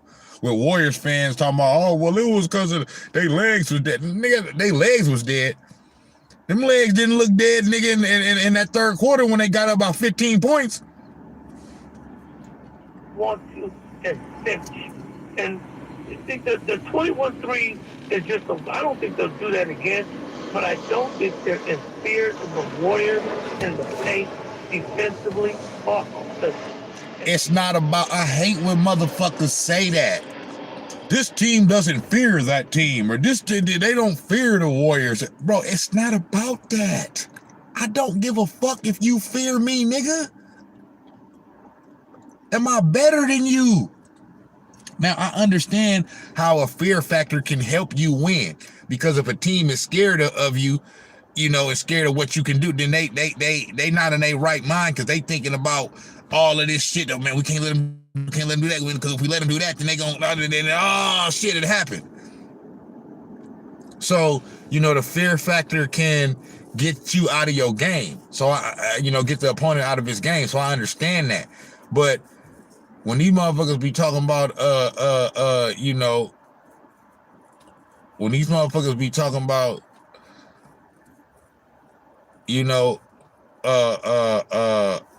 fucking,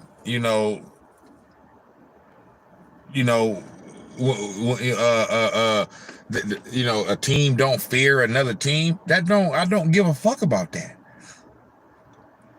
It's not about fear. It's about what the Warriors need to learn how to do is they need to learn how to close, bro.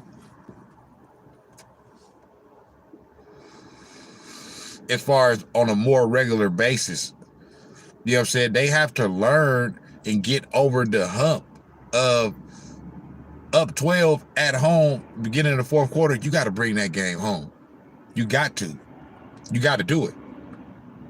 Now, I truly, on some real shit, I expect the same thing in game 2. I'm already, after doing this episode and talking it out with y'all, I'm already, kind of, it's helping me move on from exactly what happened. I'm still stunned and shocked, but I can say that, and thinking about it now as I'm talking, I expect the same type of game in game 2.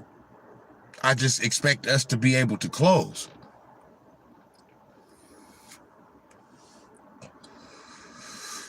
You done had that first game. Now, Warriors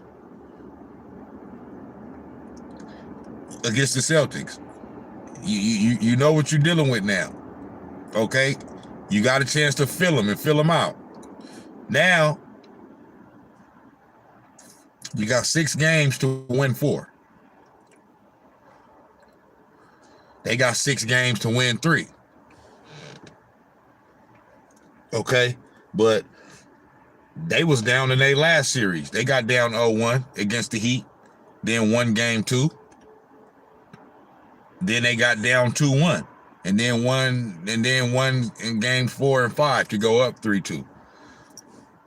So being down 0-1 is by no means, like I said, the only thing that makes this loss worse is because, for one, it's our first loss of the postseason.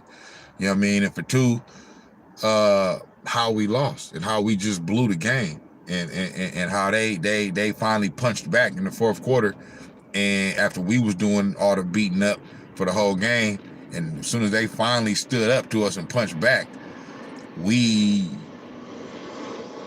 folded. You know what I mean? When they wasn't punching back, you know what I mean, and they were just letting us well on them, then we was good. But as soon as they said fuck that shit and punched back, we didn't punch back.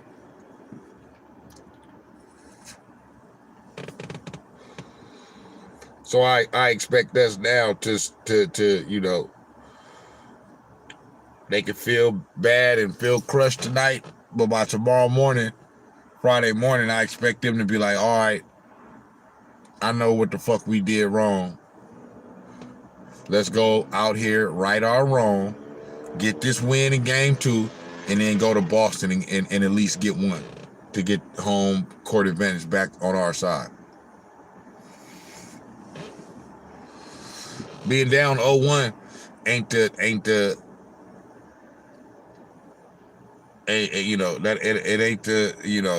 a killer, but we for damn sure don't want to go down 0-2.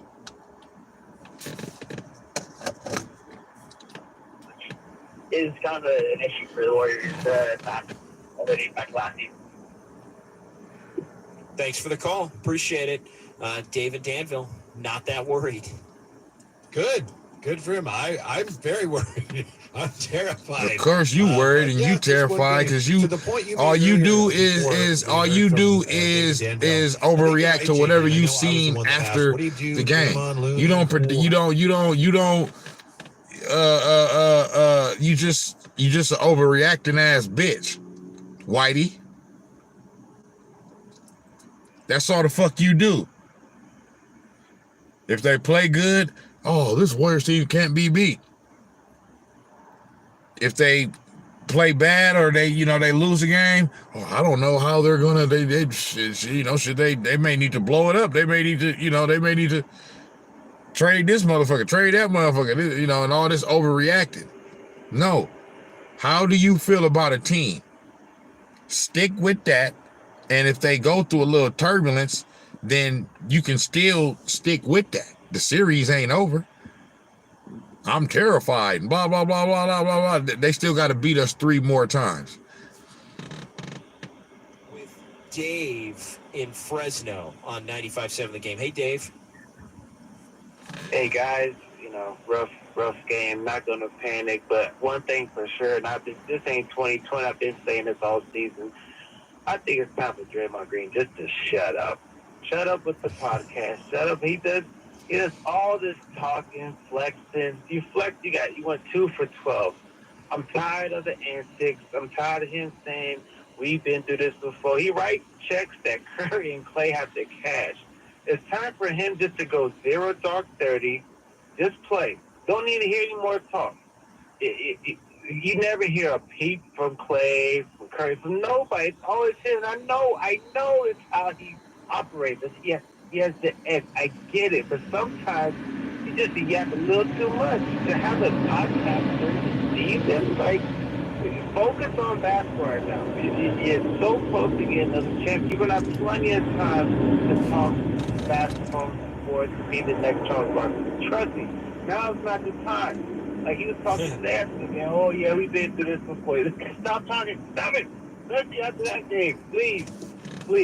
Thank you. Thanks for taking my call. Well, I think a lot of that, Dave, and great phone call, Dave. We appreciate it. That is the quintessential view on Draymond, right? When you win, it's great. Listen, I've been kind of that has been in the back of my mind for a while. Me and my neighbor, you know what I'm saying, talked about that. And I told him, I said, man, it's cool while we winning. If we somehow don't win a championship, which means we're going to lose at some point in the season or the postseason or whatever, then all that shit going to come back up. As far as this nigga doing a whole fucking media run and podcast and all that shit, after, this nigga an hour after games and shit, this nigga doing a fucking podcast about the shit. It's like, bro,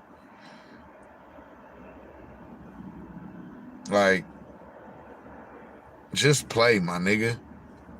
Just play. Let's win this championship, bro. Because if we go down 0-2, it's going to be looking bleak. You know what I mean? I'm not panicked at all right now. I'm just, like I said, I'm just stunned off the ball. And like I said, the more and more I'm talking, I'm starting to get less and less stunned. But I'm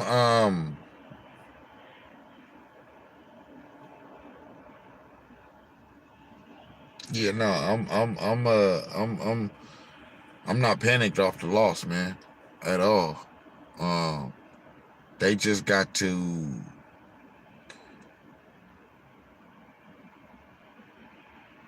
play in the fourth quarter how you played the first three quarters. You know what I'm saying? Close them out. Some more. I think Iguodala needs more time. I know people are down on Iguodala. But Iguodala does all the little things. I'm not down on Iguodala. That's really all I It's got. easy to point a finger at Iguodala when we lost. Going to keep playing Whitey, and I think he didn't do nothing bad. He hit a big three for us. The Warriors were getting away with Draymond and Looney a little bit, but against a team as good defensively as the Celtics, maybe not. Quick thought. Yeah, I thought Iguodala played well. I was just really upset with that bad turnover. But overall, considering the nature of his injury and how little he's played of late, he actually played really well today. All right, he's Whitey Gleason. I'm John Dickinson. 2 hours down. We got 1 hour to come. Quick break. Phone line's still open. 888-957-9570. We'll get to Steve Kerr, Draymond Green, Klay Thompson. We also have a special guest joining us here next on 95.7 The Game. Just now getting to Steve Kerr, Klay Thompson, and Draymond. Like, the sports leader, the Cumulus Media Station. Scott Reese with you for one more hour here on this post-game edition. Again, it's been wall-to-wall hoops for about 2.5 hours now, so I want to spend just a couple minutes quickly recapping the day on the diamond. Not much to see here, folks. Giant fans already know. Bad day all around for Bay Area sports. Yeah, man. So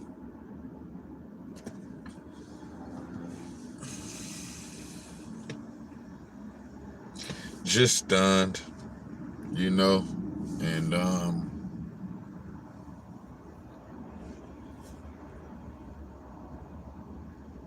yeah.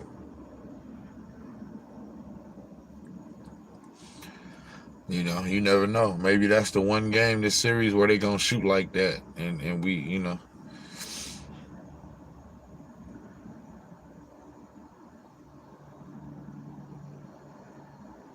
Game two. Game two is it though, man. They gotta win game two, man, and then they'll win game two. They'll have their swag back. You know what I'm saying? And then they'll feel like the Warriors going forward. If they lose game two, they gonna get more panicked. You know what I'm saying? And they ain't gonna feel like the Warriors in game three in Boston. You know, so game two it's a must win. Because you put yourself in that position. You know what I mean? Because because you lost game one, that was your one fuck up game. Now you got to be on your shit. You know what I'm saying? It just so happened that in all the other series we got off to leads early in the series, 2-0, 3-0. You know what I'm saying? 2-1 against Grizzlies. You know what I mean?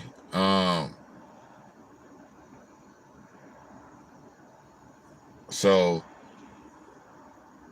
we was able to have our fuck up game kind of later on in the series because we had control of of all of those series for the most part. You know what I mean? But with this one, we had our fuck-up game in game one. So now we got to be on our shit. Steph was on his shit. I just feel like when he start off that hot like that, man, you just got to keep going to him, man, and just keep feeding him. I know they move the ball and they, you know what I mean, and everybody touch it, but when Steph going like that, bro, he a fucking flamethrower, bro. You got to keep going to him. You know what I'm saying? And that minute restriction shit, not bringing him in, man, I keep going back to it because I really think that was the start of the bullshit. You know what I mean? In that second quarter, when he didn't come back in until 6 minutes left in the second quarter. So like I said, now you've been sitting, so I'm cold. Because I'm sitting for 6 minutes of game time, 6 minutes of game time, which is damn near like 30 minutes real time. So I'm just sitting. And fucking now when I come back in, now I don't really fully get warm until a few runs up and down the court. So now it's 2 or 3 minutes left until I'm finally warm. By that time, the half is over. You know what I'm saying? And then what? We got to go into halftime. So now I got to get cold again. Now, they always play good in the third quarter, so we know they was going to do that, and they did that. But once again, start of the fourth quarter, at the end of the quarter, now this nigga sitting. They go on a run. Now you put him. Now you want to put him back after they already didn't. You know what I mean? It's too late then. So I think that was a big part of it. And then it was just an avalanche in the fourth quarter. They just deflated. You know what I mean? And once the niggas kept making shots, and you know what I mean, it was compounded by our deflation and body language, like slump shoulders and all that shit. Your car and an open. Can't have that, man. KGMC FM at HD1 San Francisco. An Odyssey station. Download the Odyssey app and favorite 95.7 The Game for the best and most up-to-date Warriors coverage.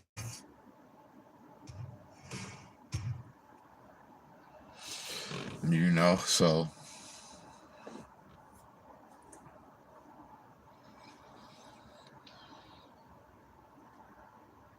man, they just wasted a dope game for Steph Curry. Sound coming up from downstairs in the game one of the finals. Michael Jordan at one point lost the first game of the NBA Finals to the Lakers, Magic Johnson, then won 4 in a row. Giannis was down 0-2 last year in the NBA Finals. A lot of other places in college ranks. You know what I'm saying? And then the Bucks won 4 in a row. So, he joins us here. You know, we'll see what happens. Hey, Kerry, how are you? Thanks for coming on. Good. Yeah, I was hopping in the car, realized you guys are still on. We got to give you guys a shout. So they run into you in the arena tonight. We'll hook up here on Sunday at some point to say hello and chat a little bit of thoughts from you guys. You've been in the arena a lot more than I have recently. But good to talk to you guys. Yeah, good to see you, Kerry. At one point I caught you, and I think I was in the midst of actually getting kicked off the floor because I didn't know they were clearing the floor an hour before tip-off. I was going to come over and say hi to you, and then I got kind of forced out the other direction. But I thought, oh yeah, I got to make sure we hook up at some point. When you look at a night like tonight and what the Celtics were able to do in the fourth quarter. Is it lousy defense? Is it the Celtics hit a bunch of shots? Hey, do that again. How do you make sense of the fourth quarter specifically? You know, I was going to ask you guys, having obviously been in the arena and maybe even through the playoff run more than I came into this, 6 years ago, JD, finishing up coaching and obviously starting this mini media career at 95.7, a little post, a little pre.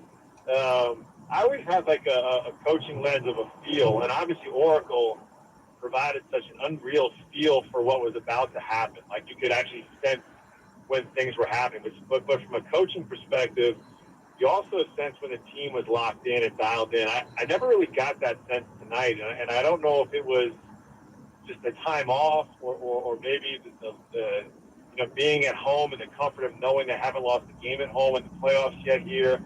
I'm just curious before I even get into that.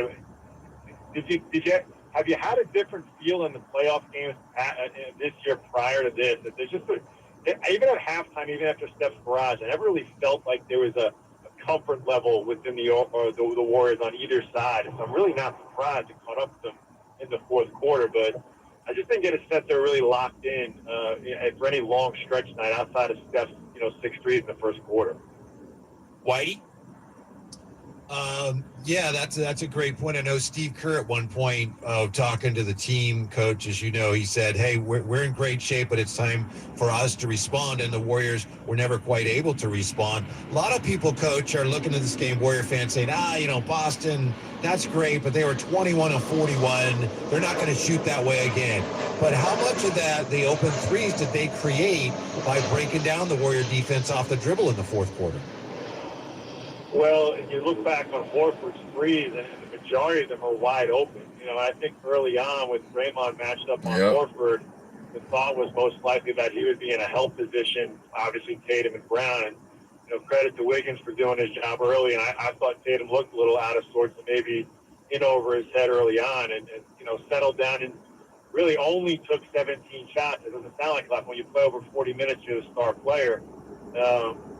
Credit to him, 13 assists for a guy in his first finals appearance to make that adjustment when the shots aren't falling. And then, Whitey, I'm not sure that Al Horford will hit 6 threes again. Clearly has never done that before, this being a career high in any circumstance for him. And the bench production of Derek White, completely unexpected. I don't know how sustainable that is. That being said, Tatum didn't score, and they still were able to win this game by a dozen. Whether those two guys show up or not, still going to fall down to Marcus Smart, Jaylen Brown, and Jason Tatum, essentially versus Steph, Clay, and Draymond. The guy that I was concerned about really in the production or the lack thereof and kind of got a little loose with it was Jordan. I really was counting on Jordan being more of a bench factor, really over the advantage over Boston's bench. So, and I think the Warriors have now come to really rely on that, especially now that Porter's back and was unsure and Iguodala is going to be limited. I'm surprised, not so much in Draymond going 2 for 12, but that at some point he didn't really, pull the band together and really try to get them righted when he felt the run coming, even before the lead was relinquished. Because that's really what it's going to be about, is Draymond quarterbacking the defense. Shots will come and go, but especially at home, you've got to ride your defensive prowess with the best defensive player. And I didn't know if Draymond really had that in him tonight, as much as we've come to know that he does. Kerry Keating joining us here on 95.7 The Game. So what did you make of Jordan Poole's night, just overall? I mean, the Celtics' length and physicality, it really bothered him in the game here in March. In the first half, that game turned into a blowout. He kind of took it over a little bit in the second half, but the game was out of hand. Man. How does he get going? Is it just, bad night, These first finals game? It's a new stage, or blew out. There's maybe a little more something to it. What did you see? I think a little bit of all that, JD. Really got to give a little credit to the Boston defense. They really, rightfully so, being the first-ranked defense, and sometimes numbers can be deceiving. But Jordan's game, to me, as much as it's reliant on his ability to make the three, is really become attacking the basket. I mean, he's adept and has that speed and that burst to get to the rim. And he took it was the lanes and pressuring the dribble or even a little bit of help. He never got him. And that's really where his strength is. And that's what it's become, at least for the time being. Boston neutralized that, and I think it frustrated him. I think the moment might have got a little overwhelming because he wasn't in his own comfort zone. It'll be telling to see what level of maturity he really has to make that quick adjustment because, look, it's a finite number of games, right? There's only 7 they can play. You have to win 4. It's not like it's a slump or the middle of the season or you get to an all-star break and you figure it out. Got to figure it out pretty quick. And I think we can rely on Draymond, Clay, and Steph to come back given their expertise and in the past. And certainly Iguodala can offer some, sage advice. But Jordan's going to have to step up, limit turnovers, make open shots, but really get back to what's become his strength, which is attacking the basket. Whether or not that relies on, Boston kind of breaking down and things opening up the offense, because there wasn't as much side-to-side offense tonight. The majority of Steph's threes early on were off ball screens or off the dribble. I think that also helps Jordan in a little bit of ways, too. So the overall offensive shift and getting back maybe a little bit more movement side-to-side may actually help Jordan. Coach, how difficult is that in the half? Found out tonight that Tim told me, and I couldn't believe it when he said it. He said Jaylen Brown shoots 66% in the fourth quarter. And I was like, well, yeah, he was 4 for 6 tonight, 2 for 3 from 3. He goes, no, he shoots 66% from the field in the fourth quarter of the playoffs. He's been shooting lights out in the third quarter of these playoffs. And I was like, what? Are you sure about that? Because that's an astounding number. And then he shoots 63% from 3. So, and I've watched all the Celtic games. I know he's been really good in the fourth. I didn't realize he's that good. But, when you have that kind of confidence and you've already done it, you put that equity in the bank, you feel like, okay, it's my quarter, it's time to come alive. And that's exactly what he did. He was the catalyst. He was the guy that sparked him. And you're right. To think that they could win a game where Tatum plays so poorly, or shoots so poorly, I should say plays poorly. He was good offensively. He had 13 assists. Yeah, 13. Yeah. Yeah, I mean, that's other things for him. Yeah. But, yeah, it's just shooting the percentage that he shot and then coming back to win like that. But, again, when do you ever expect a team to go 8 for 9 the first 9 3-pointers they shoot in the quarter? And they happened within the first 8 minutes. I mean, it was all 3. Yeah. It was just 3 bucket, 3 bucket, 3 bucket, 3 bucket. All of a sudden, you're like, oh, my gosh, Warriors are losing. Yeah, no, I mean, they were shell-shocked. And this team doesn't appear shell-shocked very often. But you saw it on the faces. I mean, we could see it on TV. I'm sure you saw it in person. Yeah, they were. How much did the body language change in those first, 5-6 minutes of that quarter? They were shell-shocked. Yeah, I mean, you could see it. You could feel it. I felt it. I think everybody could feel it. Like, oh, my gosh, how did they get away from us? Because you're right. I don't think they were comfortable, but it felt like they were able to keep them since the start of the second half at arm's length. They came out really strong in the third quarter, much like they did in the first quarter, and then kind of held that 7-point lead, 8-point lead, and then it went to 15, and then it was 14, 13. It kind of bounced around there for a minute, and then it was 12 at the end of the quarter. You're like, okay, they're in a really good spot here to start the fourth, and then the trifecta palooza happened, and all of a sudden it's like, look. I think everybody was thinking the same thing I was. What just happened? What happened? Boston's coming off a tough 7-game series against Miami. They had to win the game on the road. They fly from Miami to Boston, spend the night, then fly from Boston all the way across country here, and they're getting beat by 12 to start the fourth, and somehow that team finds the resolve to come back and win that game. And not just win that game going away. Yeah, remarkable. So I don't know. I mean, clearly the plan was to not play Gary Payton tonight, right? I mean, he wasn't in the rotation. Did you think as we watched that fourth quarter unfold, like, man, boy, I sure wish we had some lights out perimeter defender that we could throw on there and maybe disrupt some of this barrage of 3-point baskets? Were you surprised that Steve Kerr didn't play that card? Really? I mean, look, I don't care who was going to play. Once they got going in the fourth quarter, they were going to hit shots. That was obvious to me when White hit that shot. That was like guy in his chest, fading away, chuck it up, 25-footer, and hits nothing but the bottom of the net. I'm thinking, okay, that's just, what are you going to do? You can't do anything at that point. And then what happened was the Celtics, although they didn't score in the paint, they started pump fake, penetration, bring the defense in a little bit, kick it out, pump fake, kick it one more time, and then wide open three. It's like they had the Warriors defense on a string at that point, because now you become jumpy as a defender. You're like, God, everybody's hitting three. They're going to fly out to this guy. Well, then maybe you don't fly out with proper technique, and then he takes one dribble in, somebody has to come over and help you, and he kicks it back out to three. And look, I mean, the whole thing's different if they were just shooting the ball well. Like if they were 4 for 8 from three, that's still really, really good. That would have been fine. But when you're 7 for 8 or 7 for 7, and then ultimately 8 for 9 from three, I mean, what are you going to do? And again, it was everybody. It wasn't one guy that got hot. It was like the whole team got hot. That was the shocking thing. I've seen players get hot. Rarely do you see like a whole team get hot from beyond the arc. Yeah, look, we saw some really strange sequences in this game, to be sure. And you go back to the Warriors at the offensive end. First quarter, third quarter combined for 70 points. Second quarter, fourth quarter combined for 38. I mean, so they scored almost twice as many points in the odd quarters than they did in the even quarters. Again, it was uneven. When they were going, they looked like themselves. When they weren't, Boston was obviously having success. And I realize this is an elite defensive team in the Celtics. But when you look ahead to game 2 now, what adjustments do the Warriors need to make offensively?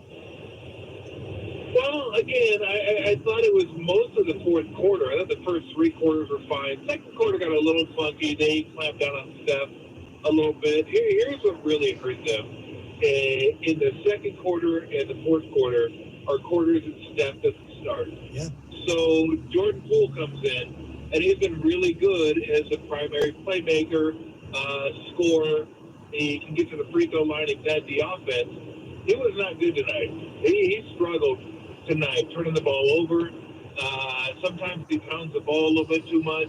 And when he does that, really good defensive teams will lock in on him. And I thought they did a good job of locking in on him tonight. So when he's not your primary playmaker, well, then Clay is there, but Clay is a catch-and-shoot guy. Iguodala started that quarter. He's not really that guy. Draymond kind of sometimes is that guy, but they were backing off him and not letting him be the playmaker that he can be. So when Jordan Poole is not doing his thing, it makes it really tough on the offense. And again, by the time Steph got back in the fourth quarter, the siege was already underway. It had already started, and even bringing him back in couldn't stop it. What did you think of Draymond Green? 2 for 12 shooting. He missed all of his threes. I understand they're going to leave you that open. You got to shoot it, I guess. He did have the 11 rebounds. He had the assists and the steals, but, we had a caller, berating Draymond and the way he played today. I'm curious your take on Draymond. Man, I'm trying to wait and listen to what they gonna say, man. When play Steve Kerr part, I want to hear what At one point, Draymond was. Boston was just played a brilliant quarter. They came in and earned the win. You played Andre, obviously, today, big minutes. And what did you think of his performance out there? And what does he bring to your team that you didn't have? Well, we played him 12 minutes, so I wouldn't call it big minutes. But Andre was great. He's got finals experience. He gets us settled down. He's a great defender. So I thought Andre did a really good job out there. Yeah, they jump out to the 7-0 third quarter start without Steph. You get Steph back in, you're still up, and it almost went even faster. Did you sense a loss of composure, loss of focus? What do you think happened just in those moments? Thought we had a couple of turnovers, a couple of bad possessions offensively, and they just pounced. They took advantage of every opportunity. They moved the ball well, and like I said, you make 5-6 threes in a row in the fourth quarter. Then that's tough to overcome. So. We'll watch the tape and learn from it and see what we can do better. My gut reaction, just what I just witnessed, was they just came in, played a hell of a fourth quarter, and you got to give them credit. And it's pretty much as simple as that. How challenging did you find it at times offensively to score against them? And I mean, I know going in, you knew how good they were defensively, but what just specifically made it tough tonight? Well, they've got good size and athleticism, at every position pretty much. So they put a lot of pressure on you, but I thought we had some really good moments. We had 38 in the third quarter. We had a good run there. It was mainly the fourth quarter that got us. So we feel confident with our ability to score against them. But like I said, you give up 40 in the fourth and the other team makes 21 threes. It's going to be tough to win. Hey, Steve, I want to ask you about the shot disparaging, the shot spread out among the team. Specifically, Jordan Poole only had 7 shots. Do you think you need to do more to get him some open looks, or do you think it's upon him to just be more aggressive? Yeah, we'll watch the tape and we'll see, what we need to do. I thought Boston did a good job on Jordan, put a lot of pressure on him, and there's probably some things that we can do to help free him up. And then, he's a hell of a player, so he'll bounce back and play better too. You held Tatum largely in check. I think it was 3 of 17. Was that basically the game plan going in, that you're going to concede Derek White, Al Horford taking those shots, and they just happen to hit him tonight? You never go in conceding shots. You kind of have a scouting report on each player. You know who you're going to close out hot to, who you're going to close out short to, all that stuff. It felt to me like we didn't close out very well in the first half, and that allowed them to get going a little bit. But again, got to watch the tape and see where the breakdowns occurred.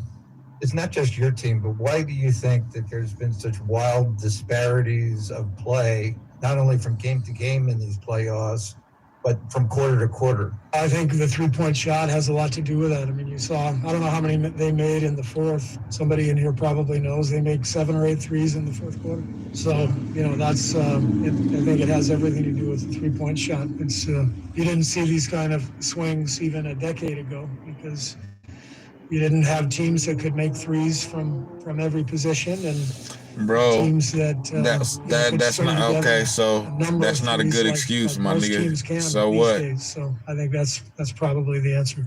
Steve, Om Youngsig, ESPN. We were talking pregame about how you guys aren't in this position very often, losing game one. How would you describe what the team is feeling right now? Well, obviously, everybody's down. You want to go out and win the first one, and we had every opportunity. 12-point lead going into the fourth. So guys are bummed, as you would expect. But it's a 7-game series for a reason.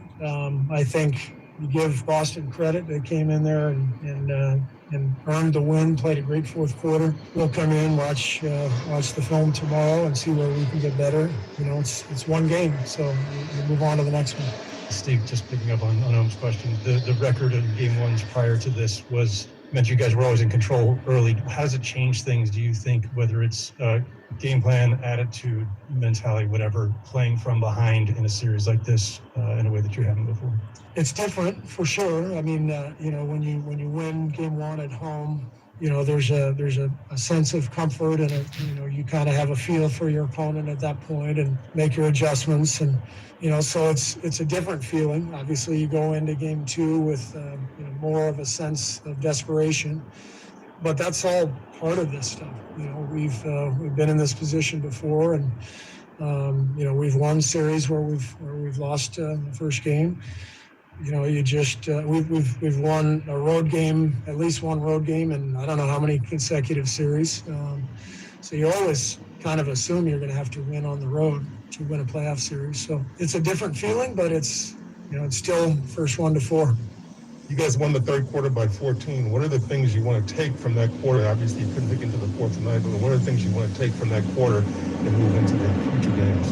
Yeah, I thought the third was great for us. We moved the ball. We got offensive rebounds. We shared it. We got some really good looks against their defense. Because we were the aggressor, we kind of tied the game together. Good defense led to good offense, and vice versa. And then in the fourth, that flipped. I thought we had some poor offensive possessions, and that led to some transition hoops for them, and that changed the game. Couple of notes there from Steve Kerr just on being down 0-1 in a series. It's happened twice. This is the third time the Warriors have lost game one. They've never been down 0-2 in a playoff series, and Steve Kerr didn't have the number. We'll pass it along to you, Whitey. 26 consecutive series the Warriors have won a road game. That goes all the way back to 2012. They're going to get another road game this series. Steph Curry, Klay Thompson, and Draymond Green played together with Mark Jackson as the head coach. And so the Warriors are 1-1 in the two series where they've trailed 0-1. They did come back and beat Oklahoma City in the conference finals in 2016. They lost in the NBA finals when they dropped game one in Toronto 3 years ago. One of the reasons this is so disappointing for the Warriors, aside from the obvious, is they lost something pretty significant tonight. I know they lost a game, doesn't mean they can't come back and win the series, but they have all this experience, 120-something combined games of finals experience. Boston had none. And then when you lose a lead at home to that team, then guess what?